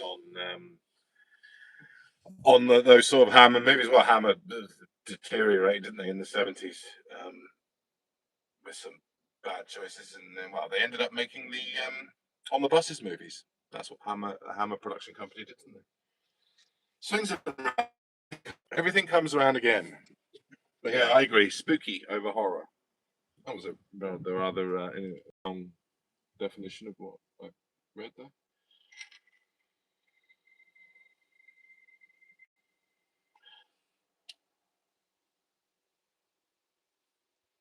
TV in the 70s treated kids with respect. OSF, totally agree. Anyone remember Toffos? I'm pretty sure there was a Coca-Cola limited edition flavor of Toffos. There was definitely banana. Yeah, I'd agree with that. America does horror, Britain does harrowing. Yes, that's yes, because there's some, like if you were to watch something like Scum, the film Scum. Bob Clark, wasn't it? No, not Bob Clark. Alan Clark. Bob Clark as Bob Clark. What is his name? Is that Porky's? If you watch like Scum and you watch some of those kind of like Made in Britain, the horror element in that. There's a horror element in that, and it's a harrowing horror. to lose the cabana was worse. Oh, well, no, that's not gone off. Stop. Oh, you absolute. The banana and strawberry toffee were their top toffees. They did a Coca-Cola one though, didn't they? So we've always had this is a long-going thing, Saucepan Clan Club. Long-going thing. I'm sure they released a Coca-Cola Toffo limited edition back in the 80s. I remember like buying loads of them. I'm sure they were Coca-Cola.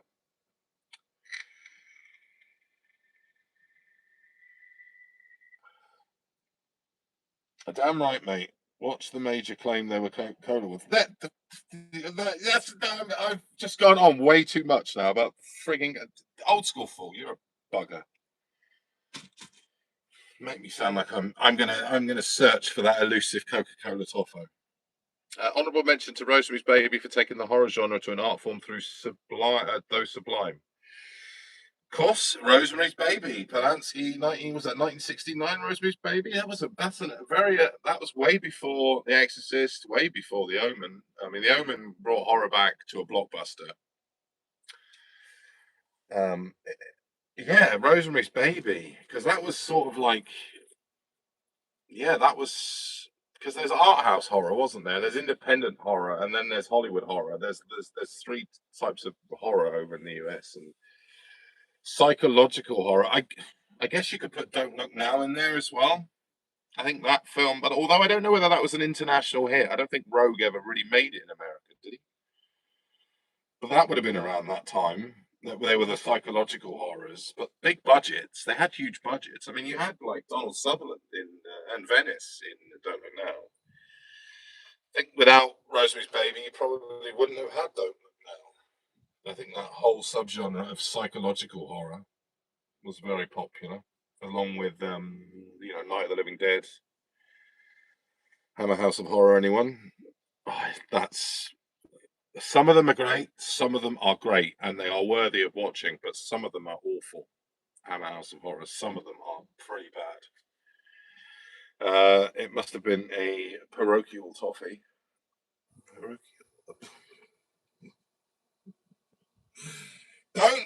Don't feed him, Saucepan Clanker Club. Don't feed the troll of Old School Fool about these bloody toffos, because he always asks me about these sodded toffos now. I've become like a Coca-Cola toffo is a regular conversation we have now. Actually, no, I do love our talk about toffos.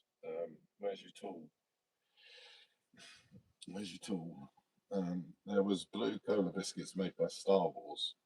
There were blue cola biscuits made by, weren't there? Do you remember Evil Knievel featured $6 Million Man, Werewolf, Dracula, and chewing gum? Oh my God! Evil Knievel. Evil Knievel. We used to have that bike that you I think you pulled it backwards, and it could do a wheelie, and it would do a wheelie all the way across your floor. I still have that bike, but I didn't really know who Evil Knievel was. I think he turned up in an episode of Chips or Dukes of Hazzard or something, and I remember then like associating him with that toy. I didn't know, I didn't know whether he had his own TV show or what Evil Knievel was. Like, I think somebody just bought me the bike when I was like 3. But yeah, I didn't know who he was for a while. I used to like what he was dressed in. Was he all white with a Confederate flag on? What was this? What was this kit? It was white. He was white, and he had the flag. It wasn't the American flag. Was it the Confederate flag? Was Evil Knievel like from Texas? Was he from the southern states? I don't know much about Evil Knievel. Hello, Yosan Melise. Yosan Melise. I have to read it out that way because trying to differentiate the gaps in somebody's name. Howdy, chaps, says Yosan Melise. Evening, Yoz. Dracula cherry lollies would go above toffos, but below the Cabana, all gone. Dracula cherry lollies. Okay, somebody might be able to shed some light on this memory. Very, very, very, very vague memory of this. Okay, it was either a cereal box or it was a lollipop, and I'm not sure what these arrived in, but there was a hologram, and you turned the cards, and it was either on the front of a lollipop, like a horror lollipop, something that was like, and you could turn the wrapper and you would see the hologram on the lollipop, or it was a card that came free in some cereal that was of like horror characters. Either way, it was a hologram on a wrapping on the paper, or it was a card. I can't even describe it.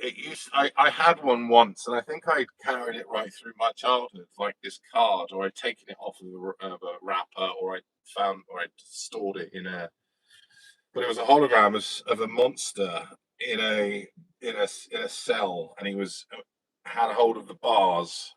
And when you flicked the card, the hologram, the bars were open, and he was a little bit closer to you.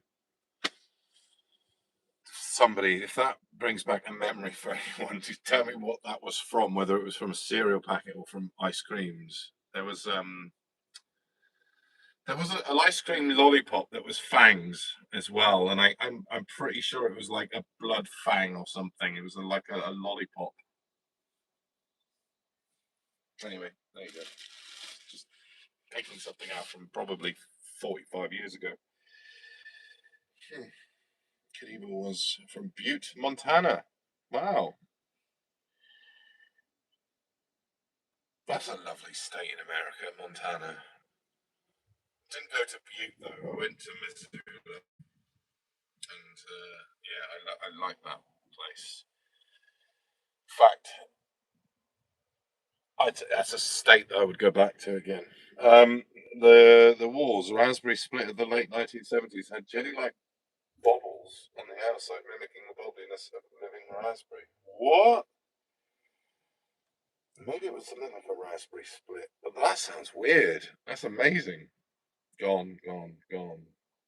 I think you're thinking of Pogs. No, no, but I know what Pogs are. Maybe, I don't know. Do you know what? It's just one of those faint memories that that you have from something that you ate 45 years ago, or something that you collected. You may have had a couple. I basically found my garbage pail stickers, which I thought I'd lost since the house move, and I found them, and I found some other random stickers that were in that box that I kept the garbage pail kids stickers safe. And I suddenly the other day I thought of that card, and I thought I wish I still had that card, but I think it just ended up somewhere else. That would have been able to have told me what it was from. I did find Basil the Great Mouse Detective stickers. So if anybody wants, if anyone's collecting any Panini stickers from like whenever that film came out, Basil the Great Mouse Detective, I've got like a stack of them. They're all like, yeah. I don't collect Disney now, you see. So I was going to put them on eBay and just sell them as a chunk. Any Basil Great Mouse Detective fans? I don't think the film's that great. No one probably remembers it. Oh! Dungeons and Dragons. Shreddies, Dungeons and Dragons. That's ringing a bell in my head.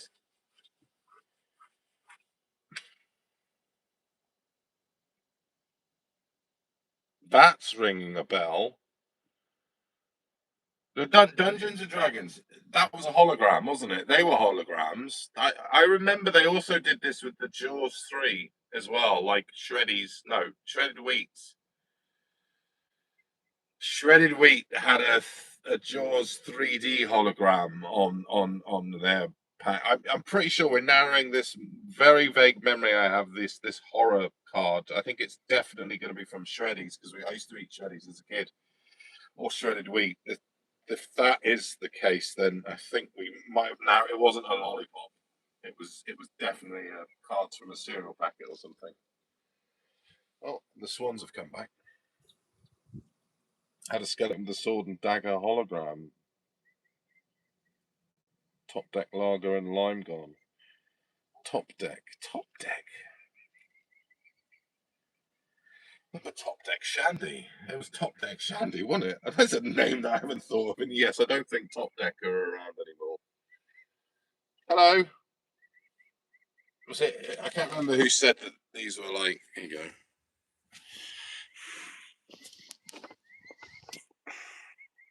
Look at that. Aren't they lovely? Not if you get too close to them. This one here pecked me earlier on.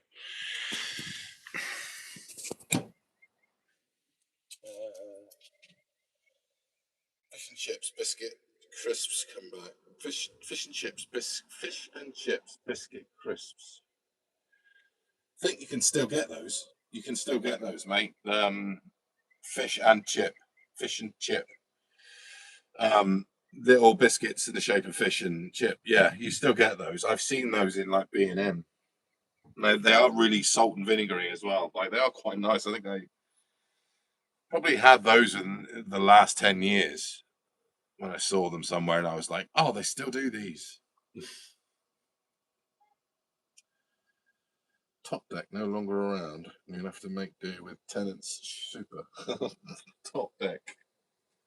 There was a long running joke at school that we used to say, one of my friends, Adam, who used to get drunk on like the you know, a shot of, what would it have been then? Mad Dog 2020. He would drink like a cup full of like a cap of Mad Dog 2020, and he'd be instantly drunk. And we used to say, you get drunk on Top Deck Shandy. We used to keep winding him up that you get drunk on Top Deck. 0.1% volume of alcohol. But then again, Mad Dog 2020, what a horrible drink. Well, in the 90s, just best forget about the drinks in the 90s. Do you remember Hooch? Alcoholic lemonade. Oh, Christ, that stuff made me sick. Mirage and Taboo. Oh, there's some horrible frigging drinks around in the 90s. I'm glad they've all gone.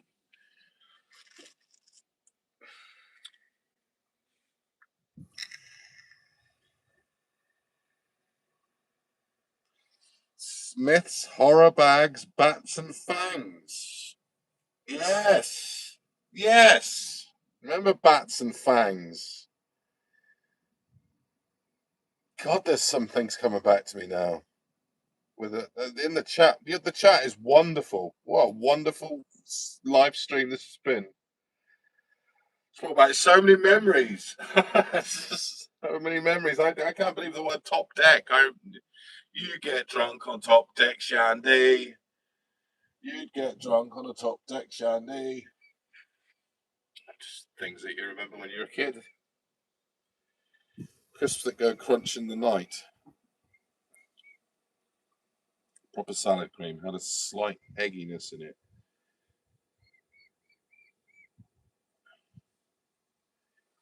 I don't have salad cream anymore. It's mayonnaise. But you can never taste the eggs in mayonnaise, can you? It's just the thickness of the cream.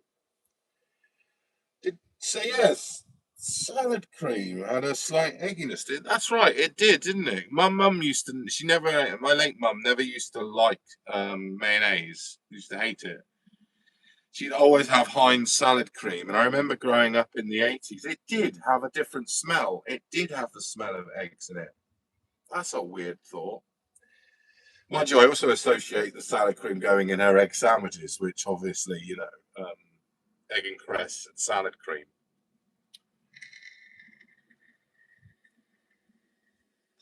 Shandy Bass outdid Top Deck Shandy. Bars make Shandy Bass. Bars. They also make the worst cherryade that you could ever drink. I saw it a couple of years back in like a B&M, and I was like, oh, cherryade. I haven't had that for years. And it was Bars Cherryade. And the same company that made the Shandy Bass. And I tried the Shandy Bass, and it was, it was all right. It wasn't very refreshing. It was too sweet. But oh my God, was the Cherryade one? I felt like I would have needed a kidney dialysis machine to get me through finishing that drink. It was so sweet. It was absolutely gross. Since then, I haven't touched anything by Bars. Comes a boat. Little bit of canal life coming at you live from the South Oxford Canal.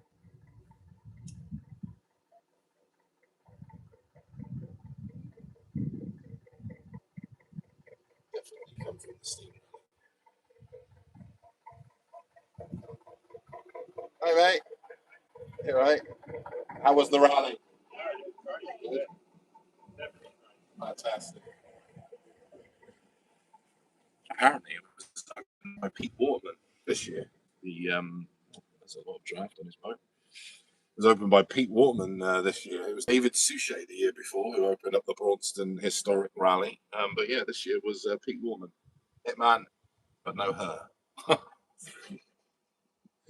I was going to go to it, and I just thought, no, it was yesterday and today, and then I thought, it's funny. It's like I used to watch loads of YouTube channels before I had my boat, and then when you have your boat, the last thing you want to watch is more people on boats. And it's like now that this is the fourth year of being on board a boat and living on a boat, and it's like any boat activities that sort of come up in the.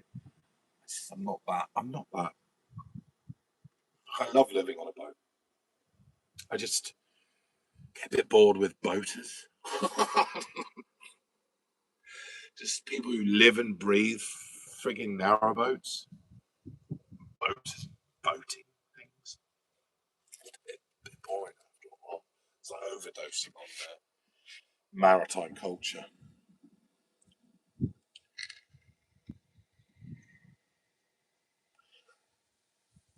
I'm from Ethiopia.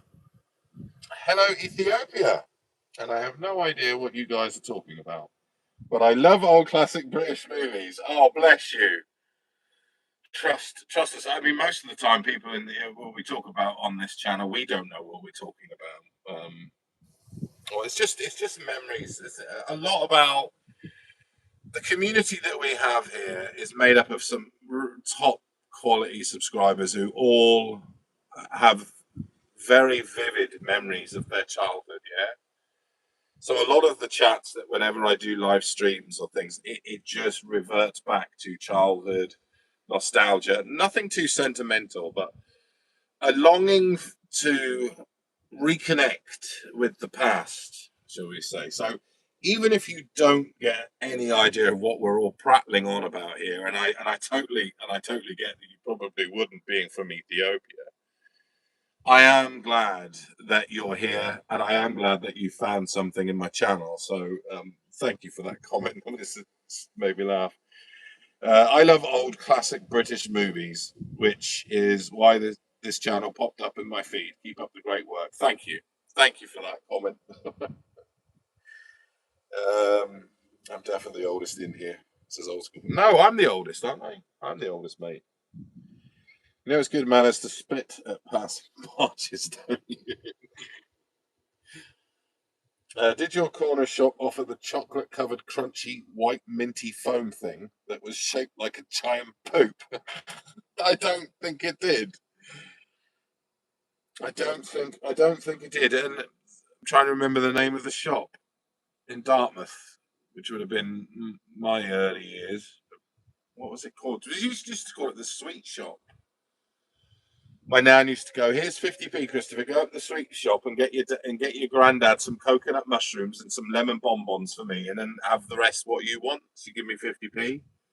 God, and you'd come back with like, this is when I was like 10 or 9 or 10. You come back with like 5 or 6 bags filled with sweets for 50p, or like half-penny sweets. And yeah, Granddad always used to have coconut mushrooms, and Nan always used to have the lemon bonbons. And I would probably come back with flying saucers, which I loved, popping candy, which I loved, Coca-Cola cubes, which the chewy ones, not the solid ones, the ones that had the chewy bit in the middle, they were the best, and fizzy cola bottles. Probably the ones that I remember the most. I did used to buy the fake cigarettes that you'd buy in a carton, like of cigarettes, sometimes.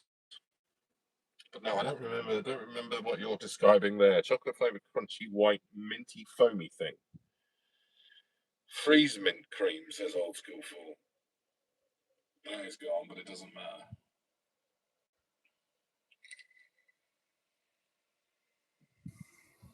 Your family now, yours. Fantastic. You're 5 years younger than me. Am I? Space dust, cola cubes, milk balls, blackjacks, and fruit salads. Yeah, but you don't look old. I've seen you. I know what you look like. You don't look old. None of us look old. Actually, I felt old the last like few years. I've looked in the mirror. I thought, shit, I am getting older. I haven't managed to turn back time, just like Cher said she could do. Um, yeah. Mind you, best you wishes she could turn back time as well.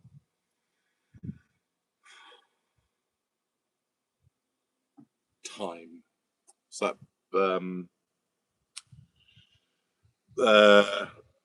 Carlin, not what's it called? George Carlin on Time. I love that. I love that. A little while. Just a little while. Mike Waddington 56526. Your channel is a valuable window into the TV memories of my past. I absolutely love it. Thank you for your efforts. P.S. I'm 76. Mike in the house. So I can go back to the Queen Elizabeth's coronation day. That's an achievement, mate. Congratulate everyone. Say hello to Mike. What a legend. Mike, I want to share a pint down the pub because I bet you've got some great stories about, well, just the history, your history, especially your knowledge on TV. Is, I mean, I'm always racking my brains to go back sort of any time from like 1980 earlier. I guess I've had this conversation before. A lot of subscribers, Mike, are of your age, and I love that because I get the comments. On average, how many subscribers? I can't remember how many subscribers I've got, but on average, I get probably 25 to 30, 40 comments a day. And there's so many people that are in their 70s that watch this channel. And I see the numbers when you go into the analytics and you see the average age. And I think the average age is, if you were to pick an age, probably 65, somewhere in the middle. So I think a lot of people that have found my channel, and I'm really grateful to it, are sharing memories, their own memories, and of when they first watched it. And a lot of the stuff is sort of, may have been repeated in the late 70s or right through the 80s. But a lot of the times, the comments being left are when it was first showed. And I love reading those. So I appreciate that, mate, and I'm glad you're here. And appreciate your comments. Okay, I'm not the oldest, as old school fool.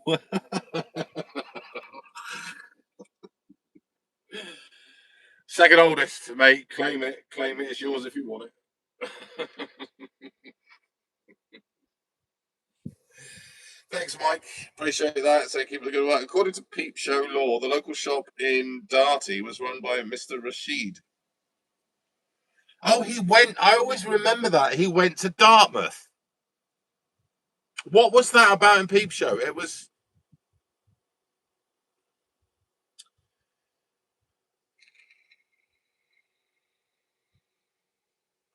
In context, I've forgotten. It's been a while since I've seen Peep Show, but in context, I've actually forgotten what they're referenced to. But I know Dartmouth came up quite a lot. Name the pub. Mike Seen It All. The invention of steam. Telstar. Gary Wilmore.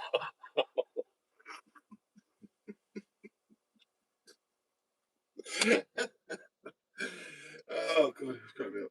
I remember wood-fire televisions.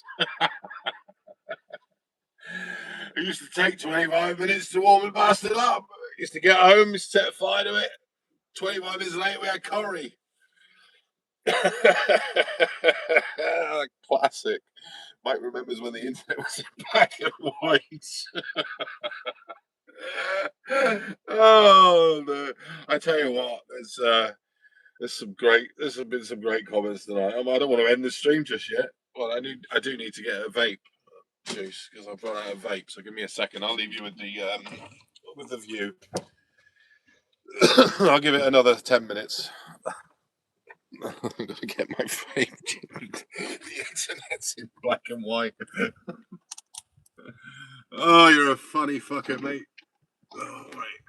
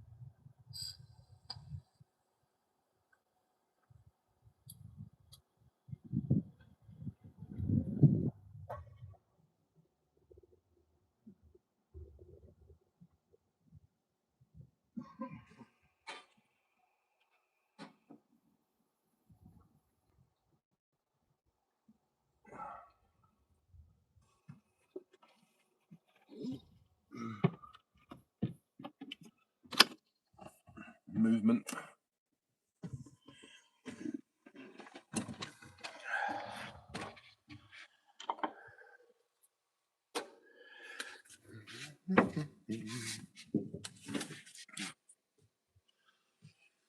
Got a bit of bread.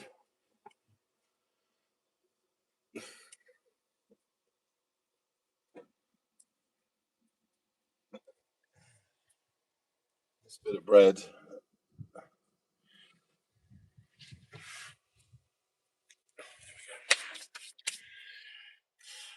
was part of a pita bread thing I made with beef and tomato tonight. It wasn't very nice. Didn't like it. So, this is my review of an Aldi Greek pita bread thing. I should have just bought normal pita bread, some kind of weird thing that I didn't like with it. Yeah.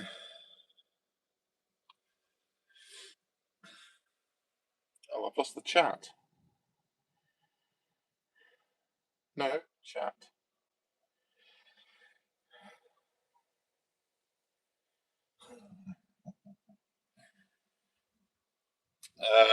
That was a good comment. That was the highlight. Yes. Cough candy and pear drops and string pull bags of gold nuggets, gum and Texas bars and pink and white nougat, which went bankrupt because one nougat was impossible to finish with any teeth left. There was one that my nan used to like that. I never ate that. I didn't like the nuts, and I still don't like nuts in chocolate bars now. Like I've never been a Snickers fan or a Marathon fan, if you want, but I don't like nuts in chocolate bar. I don't mind them in like an energy bar, which hasn't got chocolate on, so it's something that's. I just don't like nuts. They get in the way of the good bit. I had the chocolate. The fruit and nut was always another one as well. Like the sultanas were all right. I think I used to spit out the peanuts when I was a kid. I don't go that far now, but I don't like the idea of nuts in chocolate.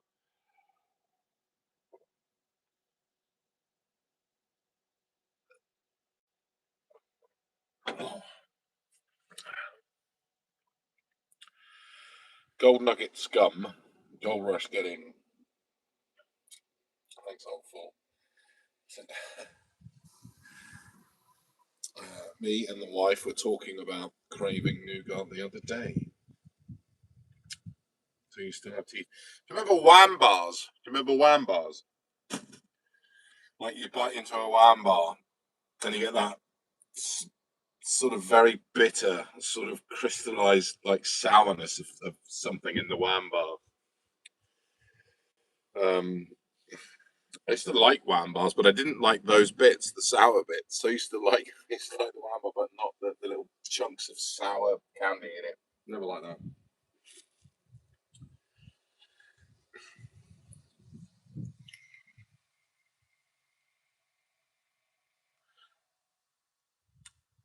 Yeah, I'm trying to remember what the hell that Dartmouth reference was in Peep Show.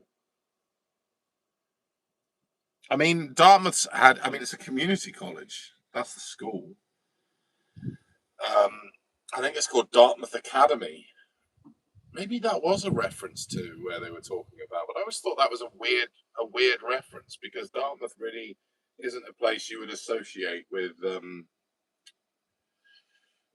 especially where one of those characters went. It was, yeah, it was an odd reference that Dartmouth thing. Oh no, it's doing that thing again. Top chat, live chat, please.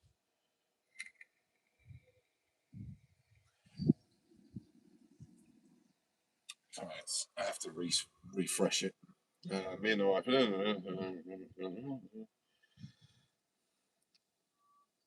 I thought feeding ducks is illegal in Britain. No, no, it's not illegal. It's not advisable to feed them all a bread diet, but it's also not as bad as what people made out. Oh, don't feed bread to swans and ducks. Because a few years ago, to give you an insider thing on this, the RSPB Royal Society for the Protection of Birds said they'd noticed an increase in birds struggling to find food in the winter because people had stopped feeding the swans and ducks during the COVID thing in the parks, and they were struggling to find food. So the RSPB released an official statement and said, "Look, disagreeing with I don't know who originally came out with this to say stop feeding them bread." But anyway, they were starving. A lot of these ducks and a lot of these swans. So the RSPB put an official thing out saying it's okay to feed them bread. I mean, it's still not good. I mean, it's like anything. If you just keep feeding, if they just keep eating one thing, and there's no nutrition in bread, so you can understand it. But I mean, just stop it completely. Probably killed a few ducks and swans off, to be honest.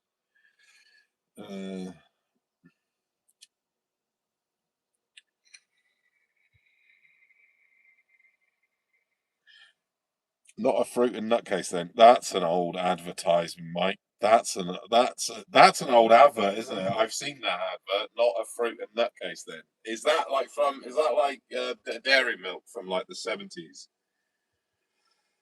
I've that rings a bell with something that I've watched. Everything now is illegal. It is safer. Yeah, just make everything illegal. Protect the people that need protecting against themselves. It's safer. Everyone's at fault. Everyone's a fruit in that case. Yep, like a Wham, like old school football, like Wham. I remember Holland's penny arrow bars. Oh, how we laughed at the corner shop when we asked how much they cost. Holland's penny arrow bars. Don't even know the brand. Holland's penny arrow bars. Interesting.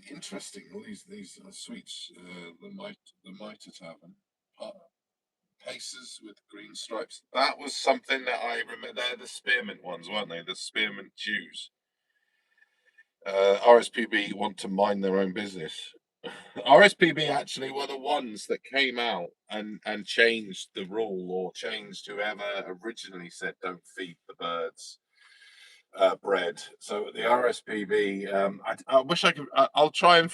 I want to know now. I want to find out who said to stop feeding the birds and ducks bread. But it wasn't the RSPB. They actually came out and said, no, please do feed them because there's a lot of malnutrition ducks in parks at the moment. It's a weird thing. It was that weird thing. Keep their beaks out. Keep their damn beaks out. There's so many rules and regulations now. Like I would say, to make everything illegal is protecting everything, but you're damaging other ecosystems when you just focus on one. I know that when the IWA owned the network, ran it as a business and not a charity, i.e., the Inland Waterways Association, things on the canals were a lot better than they have today, being run by a charity, like the Canal River Trust are a charity, whereas the IWA were funded. And the Canal River Trust are funded until next year when they have all their funds stopped. God knows what's going to happen then. They've been struggling now. But when the Inland Waterways Association had this had the maintenance of the canals, everything just seemed to run a lot better. You can't say it's all to do with money and management. You really can't, because when the IWA had it, there was hardly anybody on the canals. I mean, in the 50s and 60s, the Inland Waterways Association was set up to help restore and to keep the canals alive, because no bugger was using them. Nobody was using the bloody canals in the 50s because everyone was being transported by train and hadn't been using it for a good 20 years, 20, 30 years. So the IWA was set up to help maintain and run and keep these canals open. And then it wasn't until sort of like the 80s, really, probably mid to late 70s, early 80s, did suddenly the waterways started to perk up again. And this was with recreational boaters. And that's when the IWA sort of struggled. And that's when the canal, they became the Canal River Trust. And they were heavily government subsidized then in the 90s and into the 2000s, I think. But the thing is, there's a lot of people that use the canals now more than they ever did in the 70s. I mean, hire boat companies everywhere. There's, canal boat holidays have never been any more popular, and yet their funding is being cut completely next year. So God knows what the state of the canals. It's not. It's not looking good. It's not looking good. We're going to lose canals. We're going to lose a vast amount of canals on our network due to the sheer cost that it is now, being quoted to fix waterways and stuff. We're definitely going to lose a good 1,000 miles of canals coming in the next decade, I think, and that's just going to, shrinking our ecosystem down even more. There's going to be limitations to craft on using the canals. I'm sure all that is coming. I'm sure all that is coming.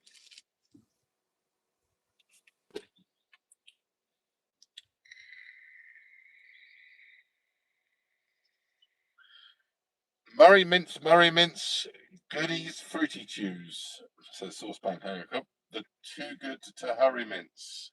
Oh, is that what they? So was that the theme tune? Murray Mints, too good to hurry mints. Murray Mints, jeez. Cinnamon chewing gum with honey syrup center. Oh my god, that's something I hadn't thought of for a long time. Yes, I remember when you bit. If you bit into the chewing gum without putting it into your mouth, you could squeeze out the sweet bit in the middle at the start and then just throw away the gum. Why you would, I don't know. Watch out. Watch out. There's a Humphrey about. What's that? I've heard that. I have heard that. Yeah, what's that? Was that Merriman's? I remember Follow the Bear. Do you remember Follow the Bear? Remember that? Was it Hofmeister? Was Follow the Bear? Is Hofmeister still around? Is that lager still around? There was a big bear. Remember that? Follow the Bear. Gone. Presumably, so that's gone. Humphrey about. But somebody could emphasise what that's from, please, old school. One bad year of infrastructure repairs wipes the CRT out in terms of funds. Might be beyond their control in some respects. It is, Sammy. I think it is. I think they're just chasing their tails, to be honest. Now, I think every year the government has reduced their funding since 2024, when it was announced that by 2027 there'd be no more funding from the government.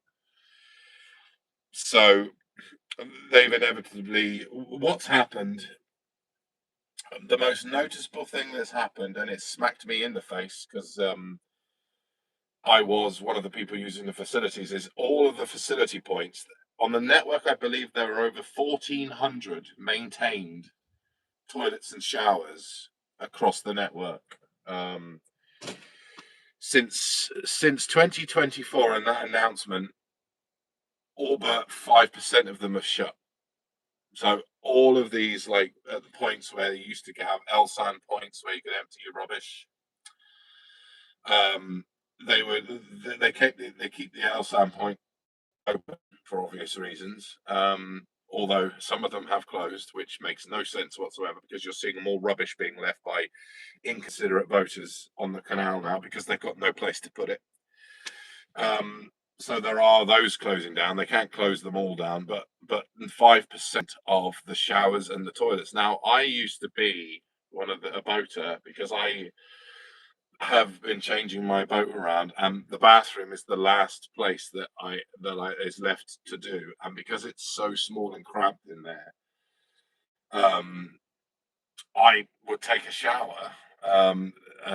Like at some of these facilities, when I would like more up near, say, a lock system, and there'd be a shower area, I would utilize that because I don't have to worry about hot water. It's hot water, and I can take a shower, and I don't have to worry about using my own water. I can save and preserve my water on the boat, and I have loads of room in the shower as opposed to standing in a half a bathtub in my boat. So I was using it, and I felt, I've really sort of been upset over the last year to see all these places going now. But I also saw firsthand why things are shutting, and it's not because of boaters. I had a confrontation, shall we say, with some camper van people. They'd pulled up into a CRT facilities area and they were dumping rubbish from their camper van into the bins provided by the CRT. We pay a license fee for the to be on the canals, and this isn't the first time I've seen camper vans turn up and empty rubbish, and there was rubbish on top of rubbish in the in this point, in this Elsan point. It was just filled up. Like I was coming back to the car with a bag of rubbish that I had taken from my boat to put it back into my car because there was no room. But this van turned up and emptied 5 or 6 huge black bags of rubbish. And I said, "Excuse me, you do realise this is for the Canal River Trust? This is for the the canals." I had that, and I had a bit of swearing, which I won't repeat now. And I said, "Well, I'm just letting you know, mate. There are CCTV cameras up there. They've got your number plate. I hope they follow it through and you get fined." And again, met with verbal abuse. And but this is what's happening now. This is what's happening on our infrastructure of the canals. Is they are so poorly maintained now. Like, some of the lock gates don't work, and there's more and more, temporary fixes being made. 2 months down the line, they're back to being broken again. Nothing is getting repaired. Anyway, let's not go to the downer side of this life, because there's so much more to it than just than the negative stuff.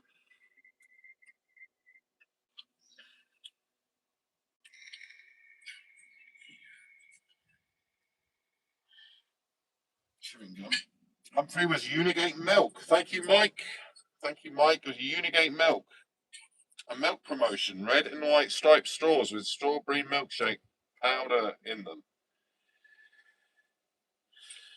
I remember being at school and you used to get break time. There would be little bottles of milk, like maybe half pints, actually less than that, 250 ml bottles of milk. Actually, it was Dentine chewing gum, or big red one with the cinnamon and honey. Vaguely remember that brand. I remember that chewing gum. There was like 10 in a row. 10 like little things of chewing gum. Word Tridents, not square, chalky sweets with flavours like orange and berry. Don't remember that. Ever get scared when you hear a noise in the middle of the night on the canal? Sherry Swiss. Ever get scared when you hear a noise in the middle of the night on the canal? The only time that I'm scared on this boat is when I'm near an inner city. Not when I'm in the middle of nowhere. You do hear noises, but they just don't register as being a worrying sound. But if you hear a noise and you're near an urban area, it's generally youths that will, scrape the side of your boat with something, throw a brick at your window, or worse yet, graffiti it, something like that. Luckily, touching no wood, because no wood is present, but I'm not superstitious, so that's a complete digression from what I'm saying. Touch wood. I've not had anything like that. That's the only time I would be scared, but not scared for me. I'd be scared for my boat, my home.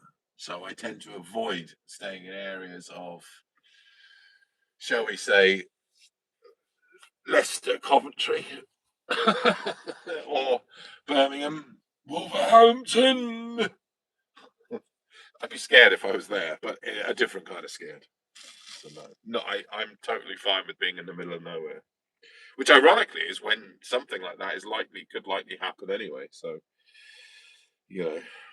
come back to your boat after leaving it in the middle of nowhere with the word, cock piss partridge written down the side of your narrowboat.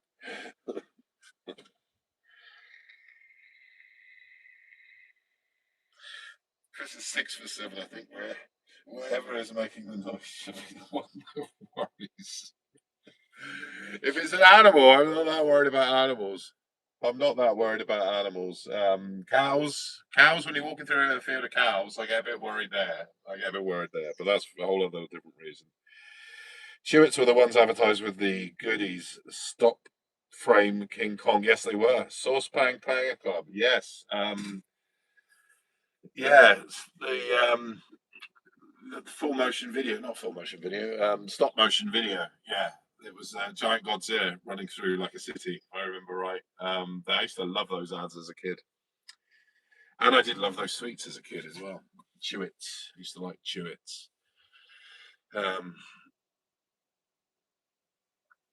yeah, yeah. I just the sweet shop experience. You can still get that if you go to TikTok Marketplace at like 1 o'clock in the morning and see some Scouser advertising, like he's standing in his shop. It's like 1 o'clock in the morning, and I'm watching this on TikTok, going, "What am I watching here?" And he's like, "In the next 5 minutes, guys, the next 5 minutes, you can get a whole bag of bonbons. Bonbons going for $7.99. Never been this low before." And I'm like, is this what TikTok's become now? It's like the marketplace of like, like something like Camden Market or something. It's like a salesman at 1 a.m. on a Sunday, just in a sweet shop selling you like sweets. But yeah, I remember the days when they were half p bag of sweets, half pence.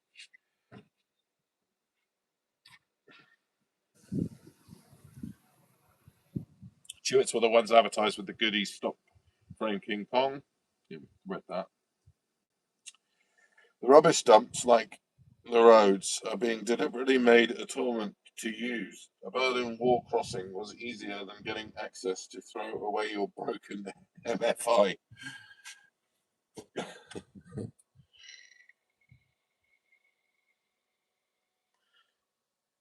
Mike said, I was once chased across a field by a herd of young cows. My mate shouted, bullocks. I think that's what he said.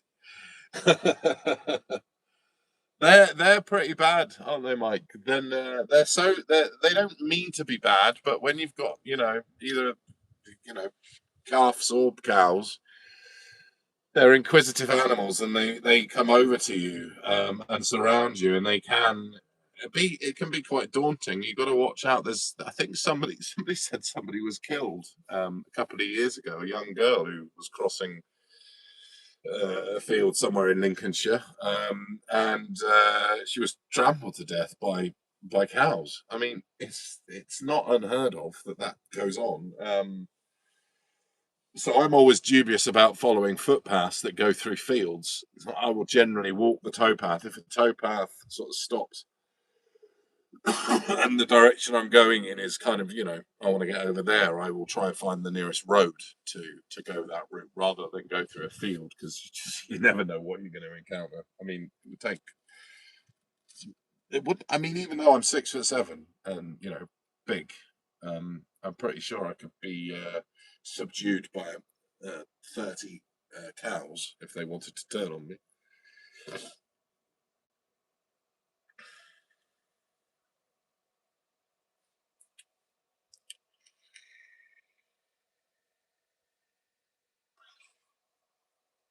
Mike says they were North Yorkshire killer bullocks. Yeah,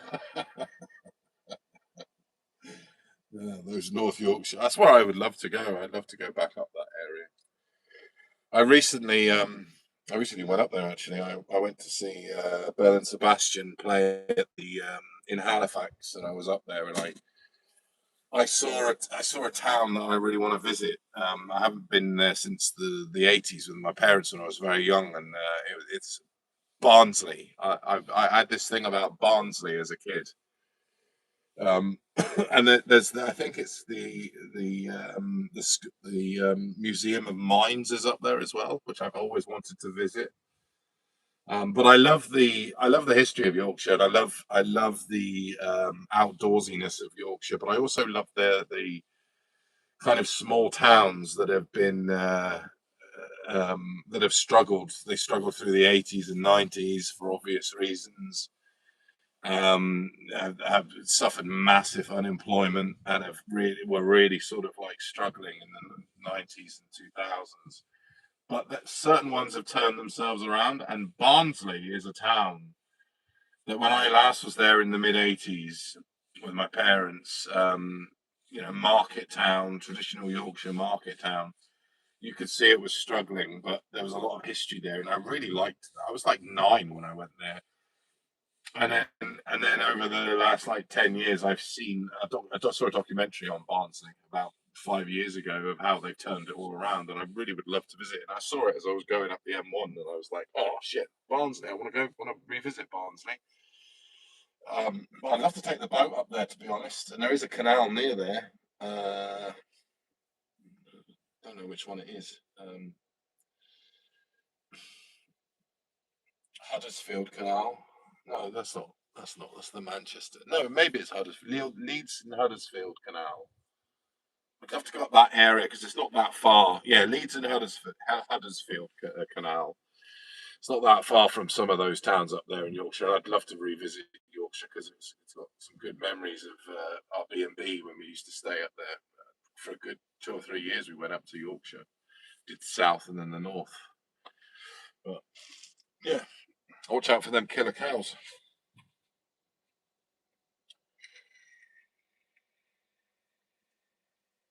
Old School Fool says, when it doesn't flash up with a thing, I wonder if those pink coconut filled chocolates are still made. Oh no, that's Sauce Bang Bang Club. Some say I have killer boobs, and never mind. Old School, you the Stig. Cabana bars, Barnsley. Is this some kind of sick joke? No, it's not. Honestly, there's a documentary out there on Barnsley of how they've turned their town around.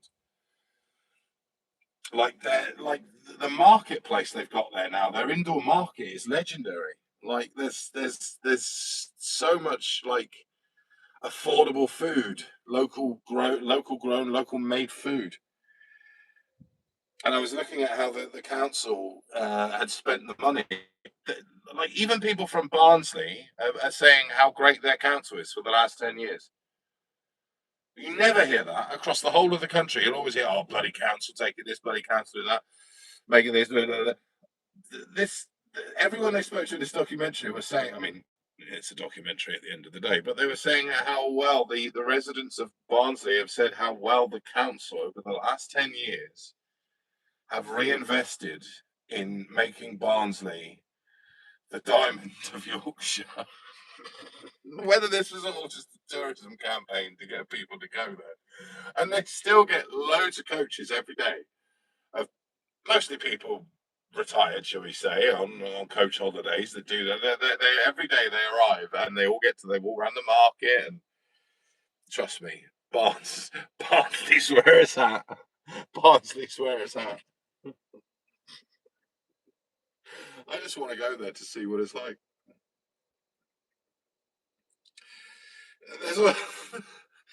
There's taking the mickey out of me wanting to. I tell you what you want to watch is you want to watch Brian Glover on YouTube talking about Barnsley. It's a documentary called. Is it? Oh, it's Brian Glover, the great late Brian Glover. Watch that. It's wonderful. It's one of the best documentaries, and it was filmed in the mid-70s or late 70s. It's got this. They're very odd. There's a black comedian that I can't remember what's his name. A black comedian, Charlie, someone, and he's in a bar. He's in a pub in this documentary. Charlie and Arthur Scargill, and they're just sitting there talking about. I grew up around these parts. I'm not sorry. I'm sorry. I'm in Yorkshire. I'm not going to like bastardize that language, but it's so funny to listen to them, and they're all like, I think they're eating like pie and mash or something in this pub. Part of me wishes I could go back to that time frame of Barnsley, which was the mid to late 70s. But another part of me makes it sad that doesn't exist anymore. Or it is a faded memory at the very least. But it's a wonderful documentary on Barnsley. It's a wonderful documentary on Barnsley. That's why I want to go up there, just so I can relive Brian Glover's footsteps.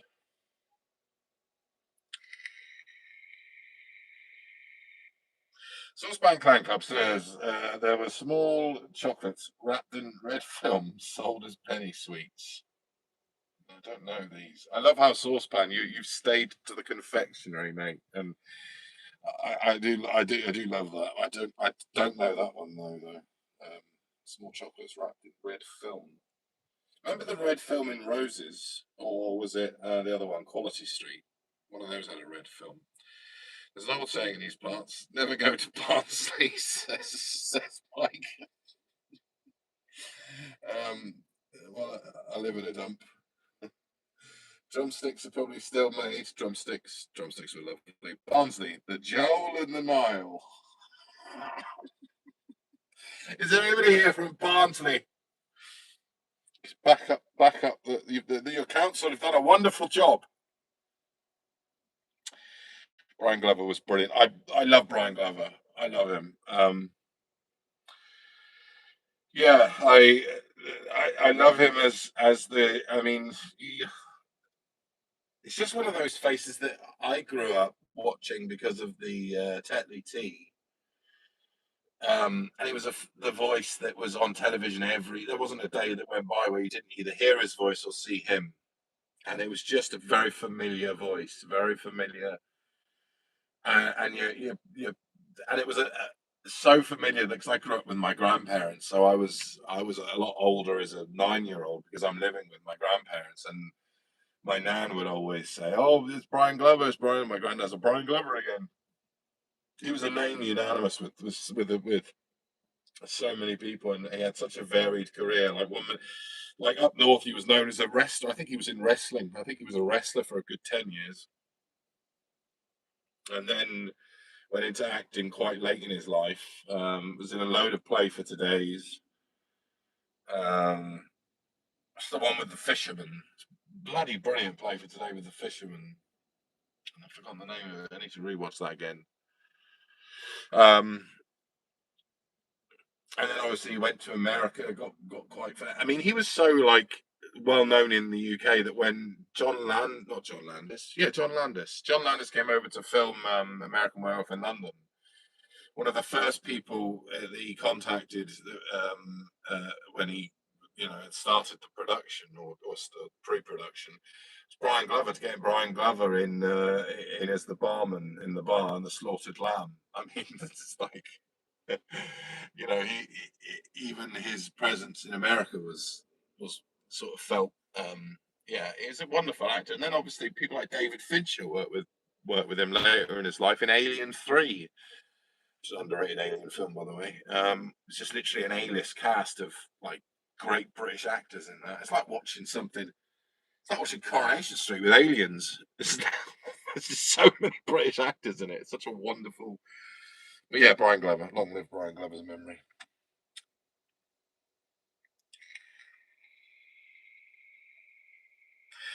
Old school says Charlie, laugh or I'm moving in next year. Williams. That's exactly what his comedy was like.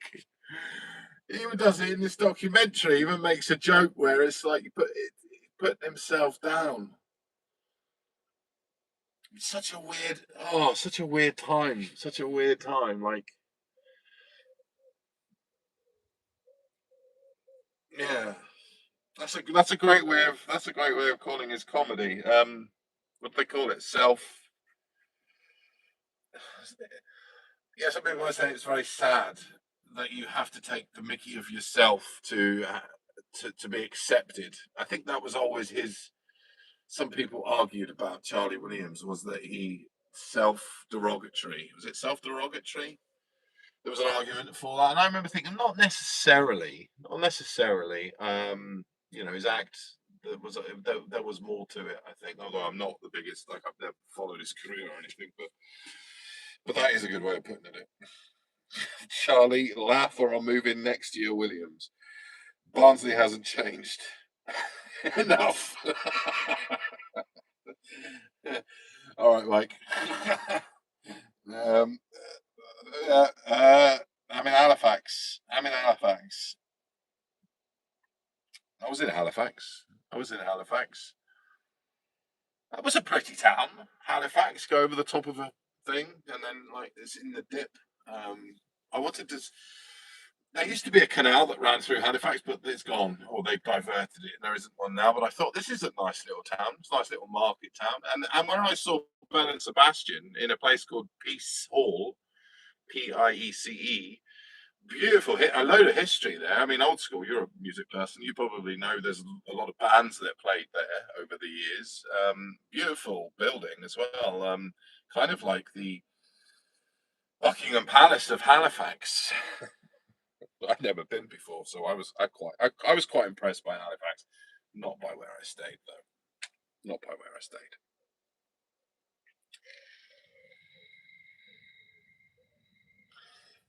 No, Salzburn. It was Winnie Eckerslick. Eckerslick. Eartha Kitt settled in Batley. But, but Batley Variety Club got all the big stars. Even Frank Sinatra put in an appearance. Batley Variety Club. Where is Batley Variety Club? Is that? Oh, I've missed some. Is the Barnsley advert introduced by Telly Savalas? Is the Barnsley advert?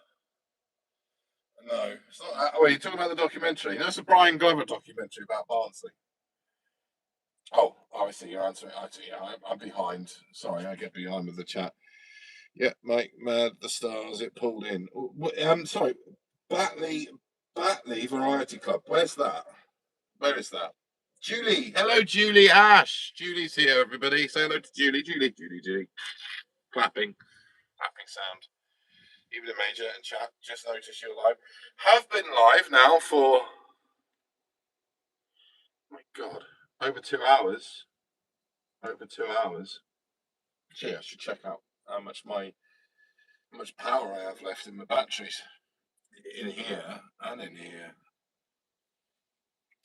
Halifax was extremely well to do back in the Victorian era, hence all the buildings and merchant villas. Thanks, Sammy. Yeah, I also learned that, do you know that, because the lead singer of Belle and Sebastian, Stuart Murdoch, is it Stuart Murdoch? Yeah, I think Stuart Murdoch. He's halfway through his gig. He started talking about the guillotine that's played. There's a guillotine on show in the middle of Halifax that was actually used to behead people that did nefarious things back in the town in its olden days. But apparently, instead of like hiding it away, they've just left it as a monument to like. And I found that quite funny that there is like this guillotine in Halifax. But it used to be, yes, it used to have a massive trade in, was it cloth? I think it was cloth. I think it was like cotton cloth dresses, clothes, and things like that. It's got a charm to it, and I was only there for 4 hours. It's got a charm to it. There's a lot of history in the buildings. I need to spend a couple of days there to get an idea of what the people were like, because I just spent it majority with about 4,000 people in Peace Hall, but yeah, they were all nice people. Belle and Sebastian fans, a few pretentious ones, as you'd expect with the band. A few pretentious Belle and Sebastian fans.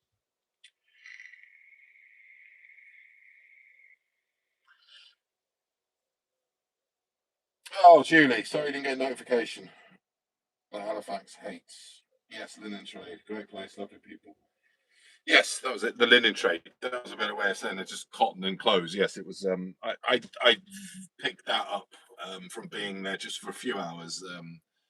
Read a few plaques. I always do when I'm walking around the new town. But I had to get back because the weather was going to kill me, and it was the Belle and Sebastian gig was this time last Sunday, and Monday the temperatures were getting up to like 34 degrees here, and with all the windows closed because I left the boat, I couldn't stay there. I would have loved to have stayed up there and spent the whole day looking around Halifax, but as it was, it's a town that I want to go back to. So that's why I want to get my boat up that area and eventually and be able to explore the Yorkshire, because I love a bit of Yorkshire. I love a bit. I like the food in Yorkshire. I like the scenery, and I love it's so cinematic. Some of even in Halifax, which is what, it's West Yorkshire, isn't it? It's West Yorkshire, no, East Yorkshire, East Yorkshire. It's not even like around the uh, sort of the Moors area, if you know what I mean, like the big kind of like high up. But even around Halifax, looking at the hills around that surrounded I don't know, it's just really. And the way the houses are up there, like they have terraced houses, and they're all made of that brick, from that same brick, and they're all like they just go on for and on and on and on, like 40, 50 houses, like they're just peaking on top of a hill. I don't know, I just love that. It feels more British up there than it does in the south, the north. There's still a British identity there, an English identity, I should say, an English identity, and it hasn't been gentrified or I don't know. I don't know. That's why I prefer the north. That's why I prefer it. Gentrification has killed the south, made everything ugh, modern. Hey,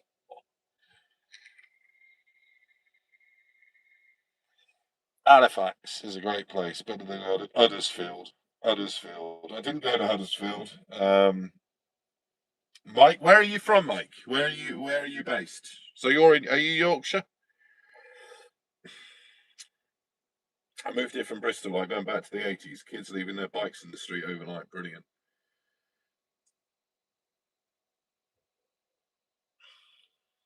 Christ, I would have loved to have. Do you know what, old school for? You're in Halifax. I know I would have known this. You're up there then. I should have just. Thing was, I had to get back to the boat. I would have. I don't know what the hell I was. If I, it was so hot. I mean, it was Monday, Tuesday, Wednesday, Thursday, 4 days here of being above 32, 33 degrees. It was absolutely. I stayed at this place called the Old Post Office in Halifax. I didn't go much on. I didn't go much on that. In fact, I left a bit of a review that was a negative review. Sheffield. I was born in Lancashire, Yorkshire border. Oh, Sheffield. And that was a city that I'd never been to until a couple of years ago when I had a mooring mate and his family are from Sheffield, and we drove into Sheffield. The only thing I ever associated with Sheffield as a kid was the television movie or the film Threads. So, needless to say, the connotation of Sheffield that I had was to do with a nuclear bomb. But I remember it always being a city that I had no idea what to expect. When I did go in there for the first time, I thought it was quite a nice city. I thought Sheffield was quite nice. Admittedly, we're on the outskirts, and we were at my friend's daughter's cafe, but the people seemed quite interesting. I quite like Sheffield. Again, these are all places that I would love to explore. Like when I'm up there, when I'm up in like not very often in that area, I also want to go back to Whitby, and I think, oh, Whitby's not it's not that far away, is it? But Whitby's frigging miles away from everywhere. Even when you're in Yorkshire, you're like, oh, I should go to Whitby again, and you see on the maps like Whitby's like an hour and 15 minutes away from Halifax or something, an hour and 30 minutes. It's like, oh, I thought Whitby was going to only just be like a couple of miles. I don't know the geography up there.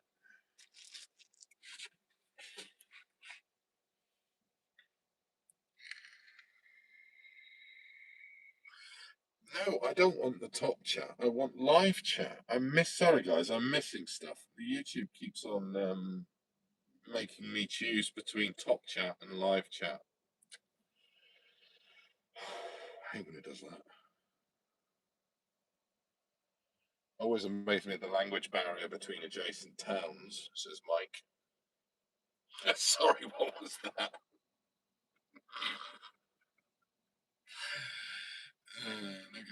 Negative TripAdvisor reviews and bin altercations with campervanners. I'm noticing a pattern, says Sammy.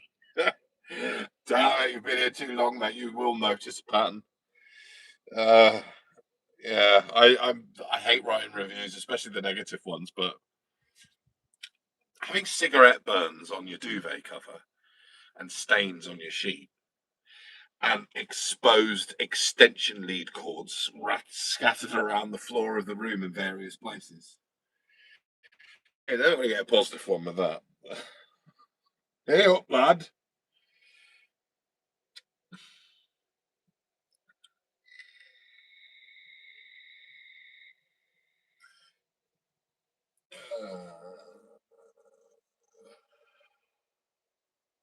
Yeah, God, it's actually quite dark now. It's getting dark because it's nearly 20 to 10. What a good catch up. Give the stream a like. I'll only say it once. Just give it a like. Boost up the algorithms because I don't stream very often now. I want that to change on Major Dolby's Cat. I am on TikTok. I am under a thing called Ghosted and Gone, which is very much sums up my idea of social media is terrible. Like I'm 1 minute I'm on it, next minute I'm gone. So it's called Ghosted and Gone. Give it a follow if you want to send the Communist Party some extra funding. Um, I don't. I mean, most of the time TikTok is used because it's just an easy option to record a quick travel vlog or something, So, ghosted and underscore gone is my TikTok. But yeah, I'll try and do. I will. The thing is, even old school fool knows me by now that I can go through these like highs and lows, and I do this with social media in general, where I'm excited to produce something. I'm excited because of my creative mind is working again, and I'm working on something, and I'm editing something, and then I always get like when I do something like on Odd Haunts Films, I'll do something. That I spend a lot of time thinking about, putting a lot of effort into mentally more than physically. I'll shoot something in an hour. I can easily do that, but to edit it together, structure it, voiceover, and all of this stuff. Sometimes I come out on a high, and other times I just want to not do any of it. I just wanted to revert back into my solitary company, and go off and do things. And I am prone to that. An old school fool who've been in touch several times outside of the old Major Dobby's Cat, and he's helped me a lot with things over the years, ideas, and I really appreciate that, mate. As you know, but I hate feeling like sometimes I feel like I'm a little bit of a failure when I don't follow through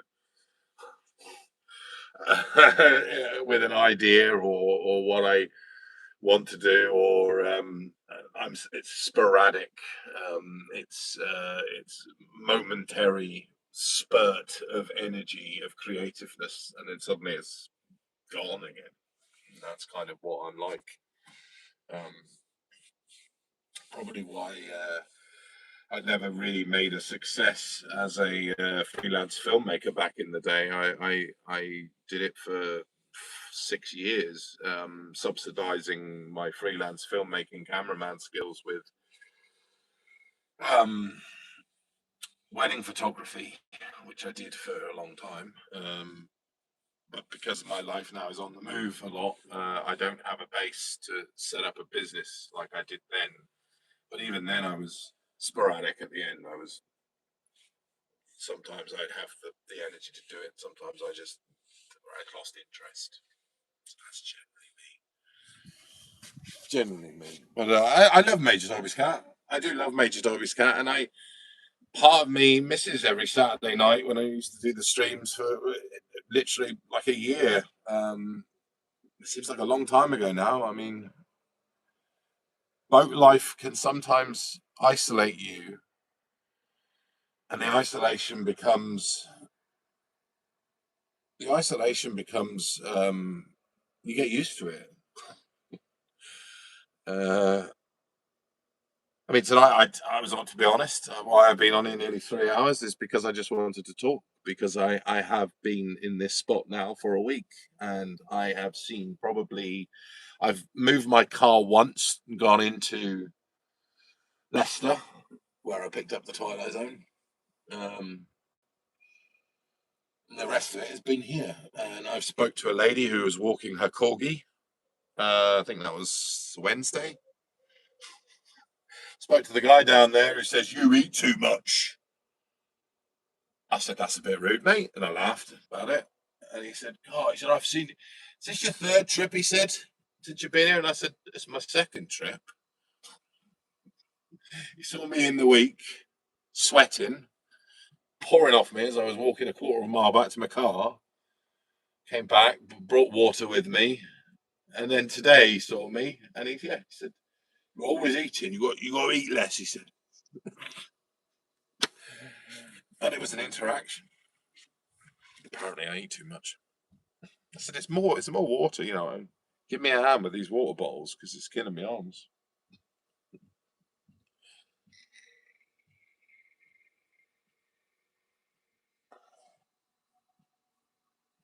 Okay, let me get to comments again before I'm going to be leaving in the next. We're gonna make it to a full 3 hour stream. Full 3 hour stream. Got 9 minutes.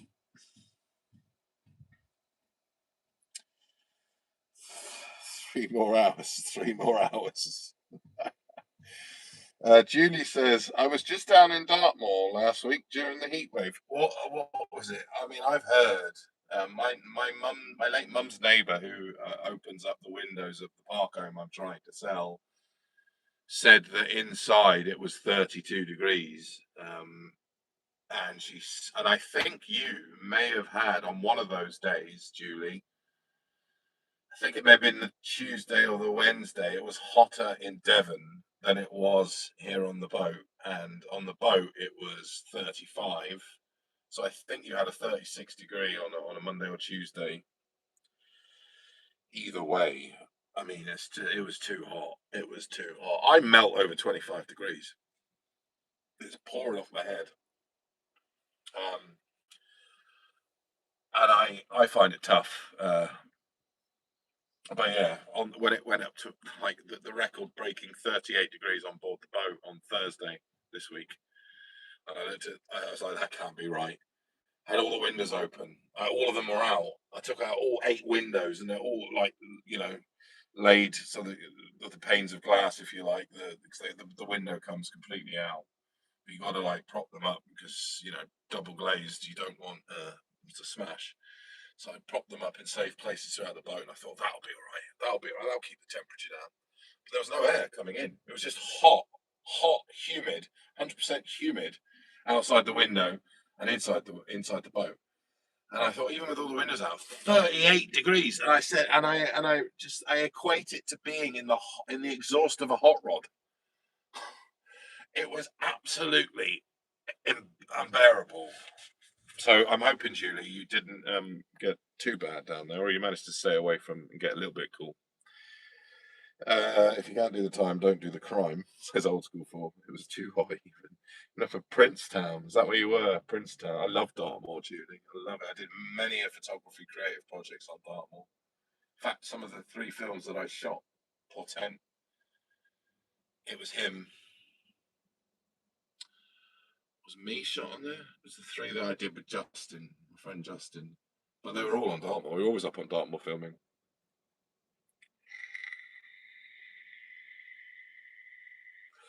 Mike says, cigarette burns and sneaky power cords sound like the Bradford Travel Lodge. Other similar institutions are available in Bradford. Bradford, Mike, is a city that I'm like, even when I'm up there, I don't think I'm likely to visit Bradford. Part of me wants to drive around to the locations from Rita, Sue, and Bob too. That film. But I've seen somebody on YouTube do that. I typed in like filming locations of Rita, Sue, and Bob too, and it's funny because I left a comment on a video. Somebody has done a location, like revisiting the locations a couple of years ago. This guy, I watched the whole video. It's like 25 minutes of walking around Bradford, and I'm not joking that some of the places that they went to looked worse today than they did in Thatcher's Britain when the film was made. I thought, my God, normally they've turned things around. Normally cities can turn, like Barnsley. Mike Barnsley's turned it around. The council turned it around, but Bradford seems. How can it be worse than it is in Rita Sue and Bob too? I mean, Christ, that's saying a lot. That's not doing much for Bradford tourism. So yeah, I don't think I'll be going to Bradford.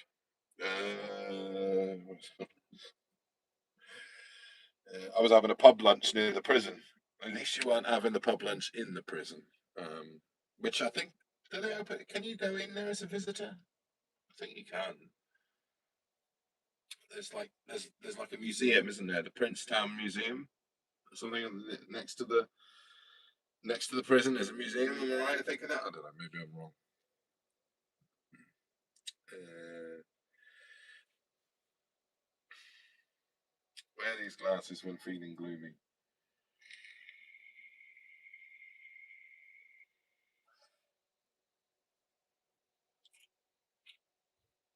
Encourage him, mate. Keep it light.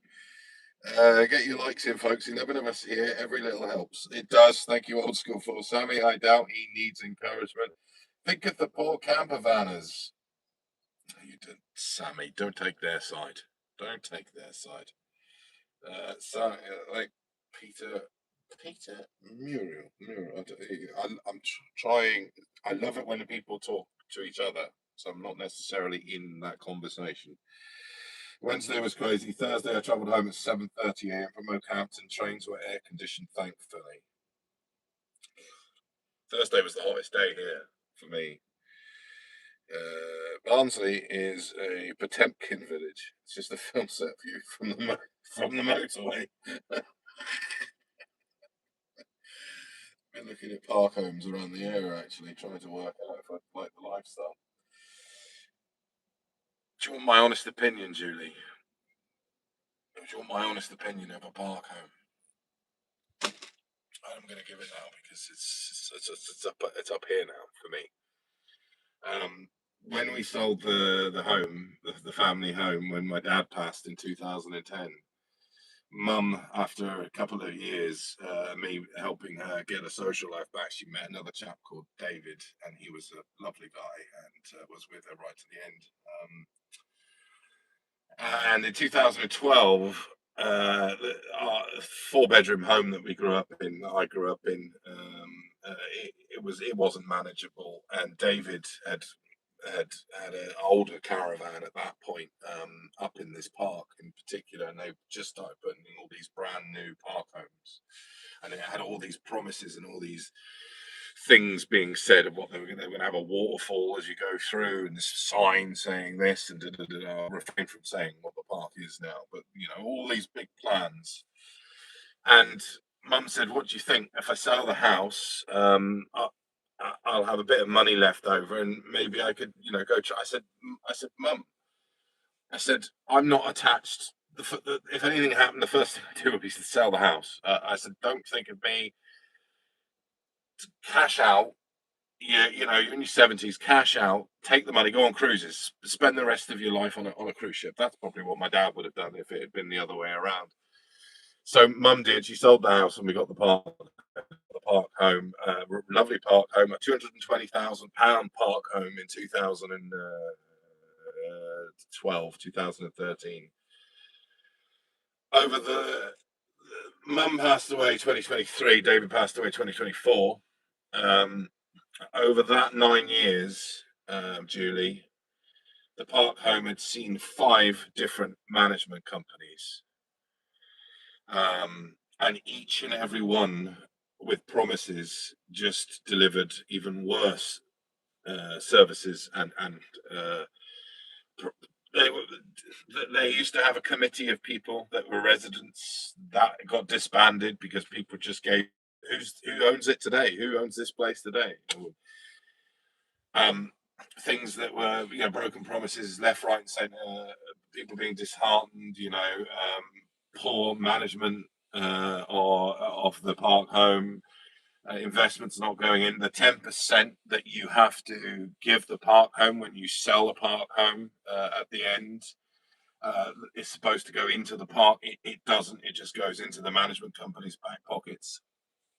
If you, as somebody who I know on here, Julie, I would say don't do it. Don't move to a park home. That's just my experience of it, and what my mum's experience and what David's experience of it was. I know that there are many others out there, I'm sure, park homes. I think what's just as important, if you're buying a park home, if you're still, looking at park homes, and I can understand why people do move to park homes, don't just look at the home, look at the park. Get people's feedback from how that park is run and maintained, as much as whether you like the park home you're buying or not. I think, in fact, it's as important to find out what that park home management is doing. That would be my advice, Julie. But for me, I wouldn't want to move to one. So.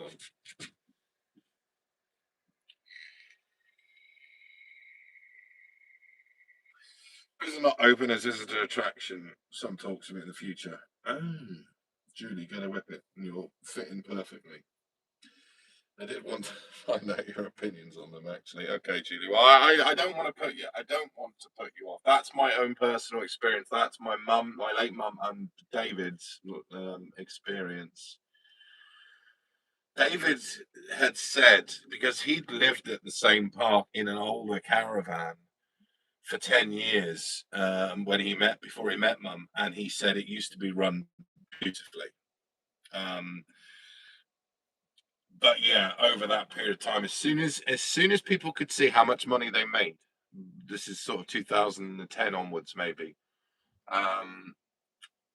it just became a money cow for people, and they didn't really give a crap about the residents. So I think somewhere along the line, David had seen a change in the park that he'd spent 10 years in. So I think research the park as much as the property that you're buying. That would be my advice. I don't want to put anyone off, because, as I said, I'm sure there are many great stories out there of people that have had a lovely life in one.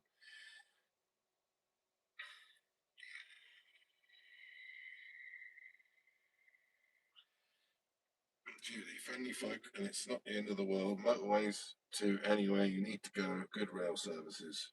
That's something to be proud of, Mike. Move to Hungary, says Saucepan Clarion Club. Yeah, that's when this property sold, Saucepan Clarion Club. That's kind of what I want to do. I still love my life here, and this will always be my home for as long as I can live on a boat. But Europe's calling, mate. It's always been calling. I've travelled a lot in my life, and I want the camper. I want the camper. So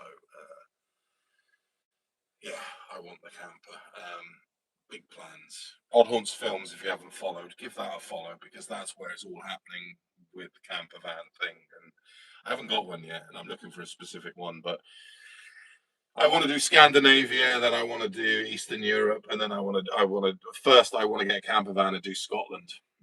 Scotland, I want to do that. I'm hoping by next year. I really am hoping by 2027, Odd Haunts Films will have a nice 2-month camper van footage thing of me traveling around Scotland before I even brave Europe.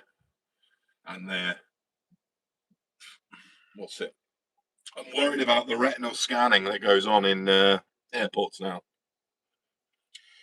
I'm worried about how easy it is to travel with a van in Europe now, because of rules and regulations brought in, and the technocracy that's now, like, with technology that's like, used to just be a passport would get you in. Now you've got to have a retinal scanner. Anyway, I want to. You say Hungary? Yeah, I would love to explore some of these countries. Local TV did a documentary about park homes. It's unregulated, I understand, and there's can of worms. Mike, you're right. It is. It is. That's why doing it. If Julie is interested in a park home, I would seriously recommend doing research, because there's no consistency. There's no sort of, something is changing about the 10%, which I am currently disputing because I can't sell my mum's park. Okay, let me just say this: that I can't. I'm having problems selling a £220,000 immaculate, beautiful, 50-foot long, 2 bedroom, two walk-in bathrooms, a beautiful kitchen that I really wish I could put on this boat, but unfortunately, I don't have the room. And kept immaculate, as my mum was extremely house proud. Even when she had dementia, she got even more house proud. And when I lived there, I cleaned and helped with things, and with David, who later became Paulie there, and it's in beautiful, immaculate condition. We can't sell it. Do you know why? Because next door is a bomb site. It's a bomb site. It's basically, what they had planned on doing was knocking down the old building of this park. Used to be a holiday park. Knocking down the old building, which was built in the 50s or 60s, and putting in more of the park homes, the same park home actually that I've got, putting in another 30. Half of the building was knocked down, the other half remained because they couldn't remove the tenants that were in there paying rent. And it's been like that for 2 years. The bailiffs, the council, trying to get these people out. Why did they knock down this building when they knew they couldn't get these people out? And what's left is just rubble on the floor because they're going to use it as foundation. We've been told it's foundation. It's blowing around. It comes in on the property. It smashed somebody's window. And I've had so much feedback from the estate agent saying the reason your property hasn't sold is because 9 out of 10 people say, "What's happening next door?" So I'm disputing this 10% because they're preventing me from selling the property, and they're costing me financial worry, which it is if I was being 100% with people. I'm paying a ground rent there, for a property that I have to go down every single month to stay in to be able to make sure the insurance sticks in with the insurance. They're costing me like £3,000 a year, which the reason why I moved onto a boat is because I didn't want any of that tie, and I have that tie. So I'm putting in a loss of earnings, through my solicitor.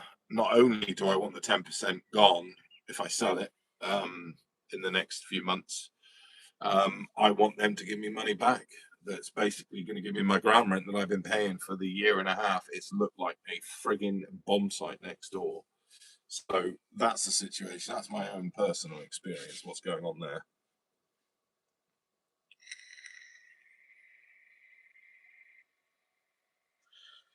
I've heard Swindon's nice this time of year. Swindon, you're from Swindon. Why are you saying Halifax? Why am I getting that mixed up? You're Swindon, aren't you? No, you weren't Halifax. Old school. Can we just meet up, mate? Just go for a pint. Let's go for a pint. But if you're in Swindon, when I come down, why don't we just meet up at Gloucester Services when I'm going down to Devon next? I'll message you or WhatsApp you. Gloucester Services ain't that far. We get ourselves a nice expensive boutique pork pie for about £8. Right, where's that, Mike? I've heard of something. Yorkshire, Julie. I'm sure there's a simulator around the country. My in-laws had a mobile home. The owner of the park insisted they change it because it was too old and they could only buy a new one from him. That's common, Mike. That's common. That's happening. That's happening where David, the late David now, had his first. He had his caravan on this site, and they basically got rid of a lot of people down there because they want to put the new park homes in. Treated them like shit, and the lights come on there, which means it is dark. I'm still wearing my sunglasses.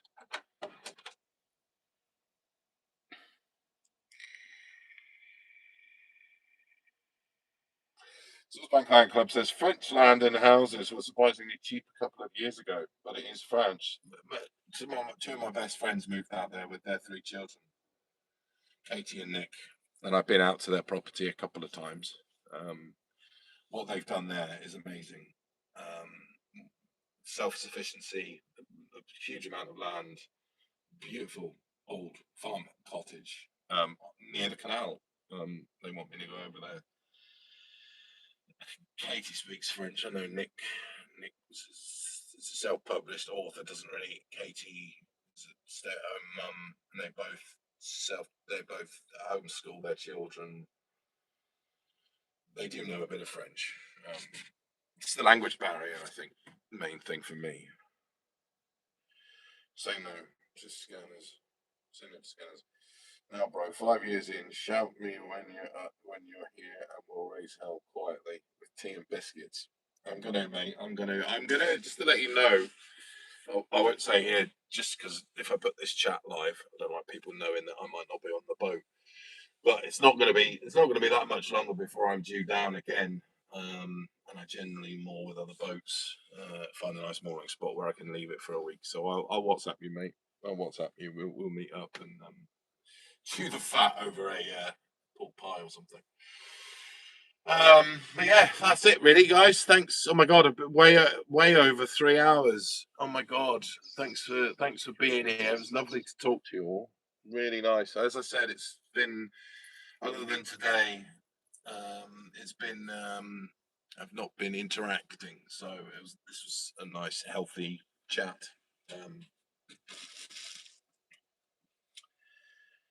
Great stream. Thank you, Sammy. Thank you to all the new names like Sammy. Loved you, Sammy, mate, and Saucepan Clanger Club, which I think you must be in run for quite possibly one of the most original YouTube names I've read out on a live stream in the history of this channel. So, Saucepan Clanger Club. Sheriff Brackett, thank you, mate, for popping in from the United States of America.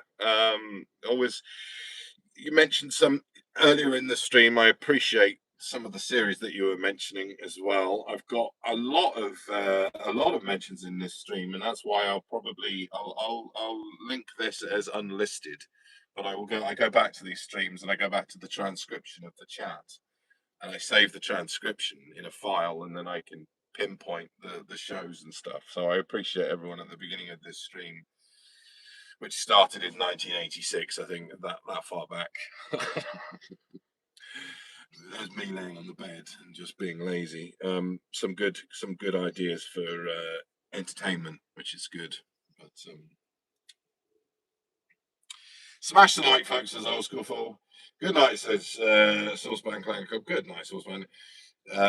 Take it easy, says Sheriff Brackett. Stay well, says Light Ray. Thank you, Light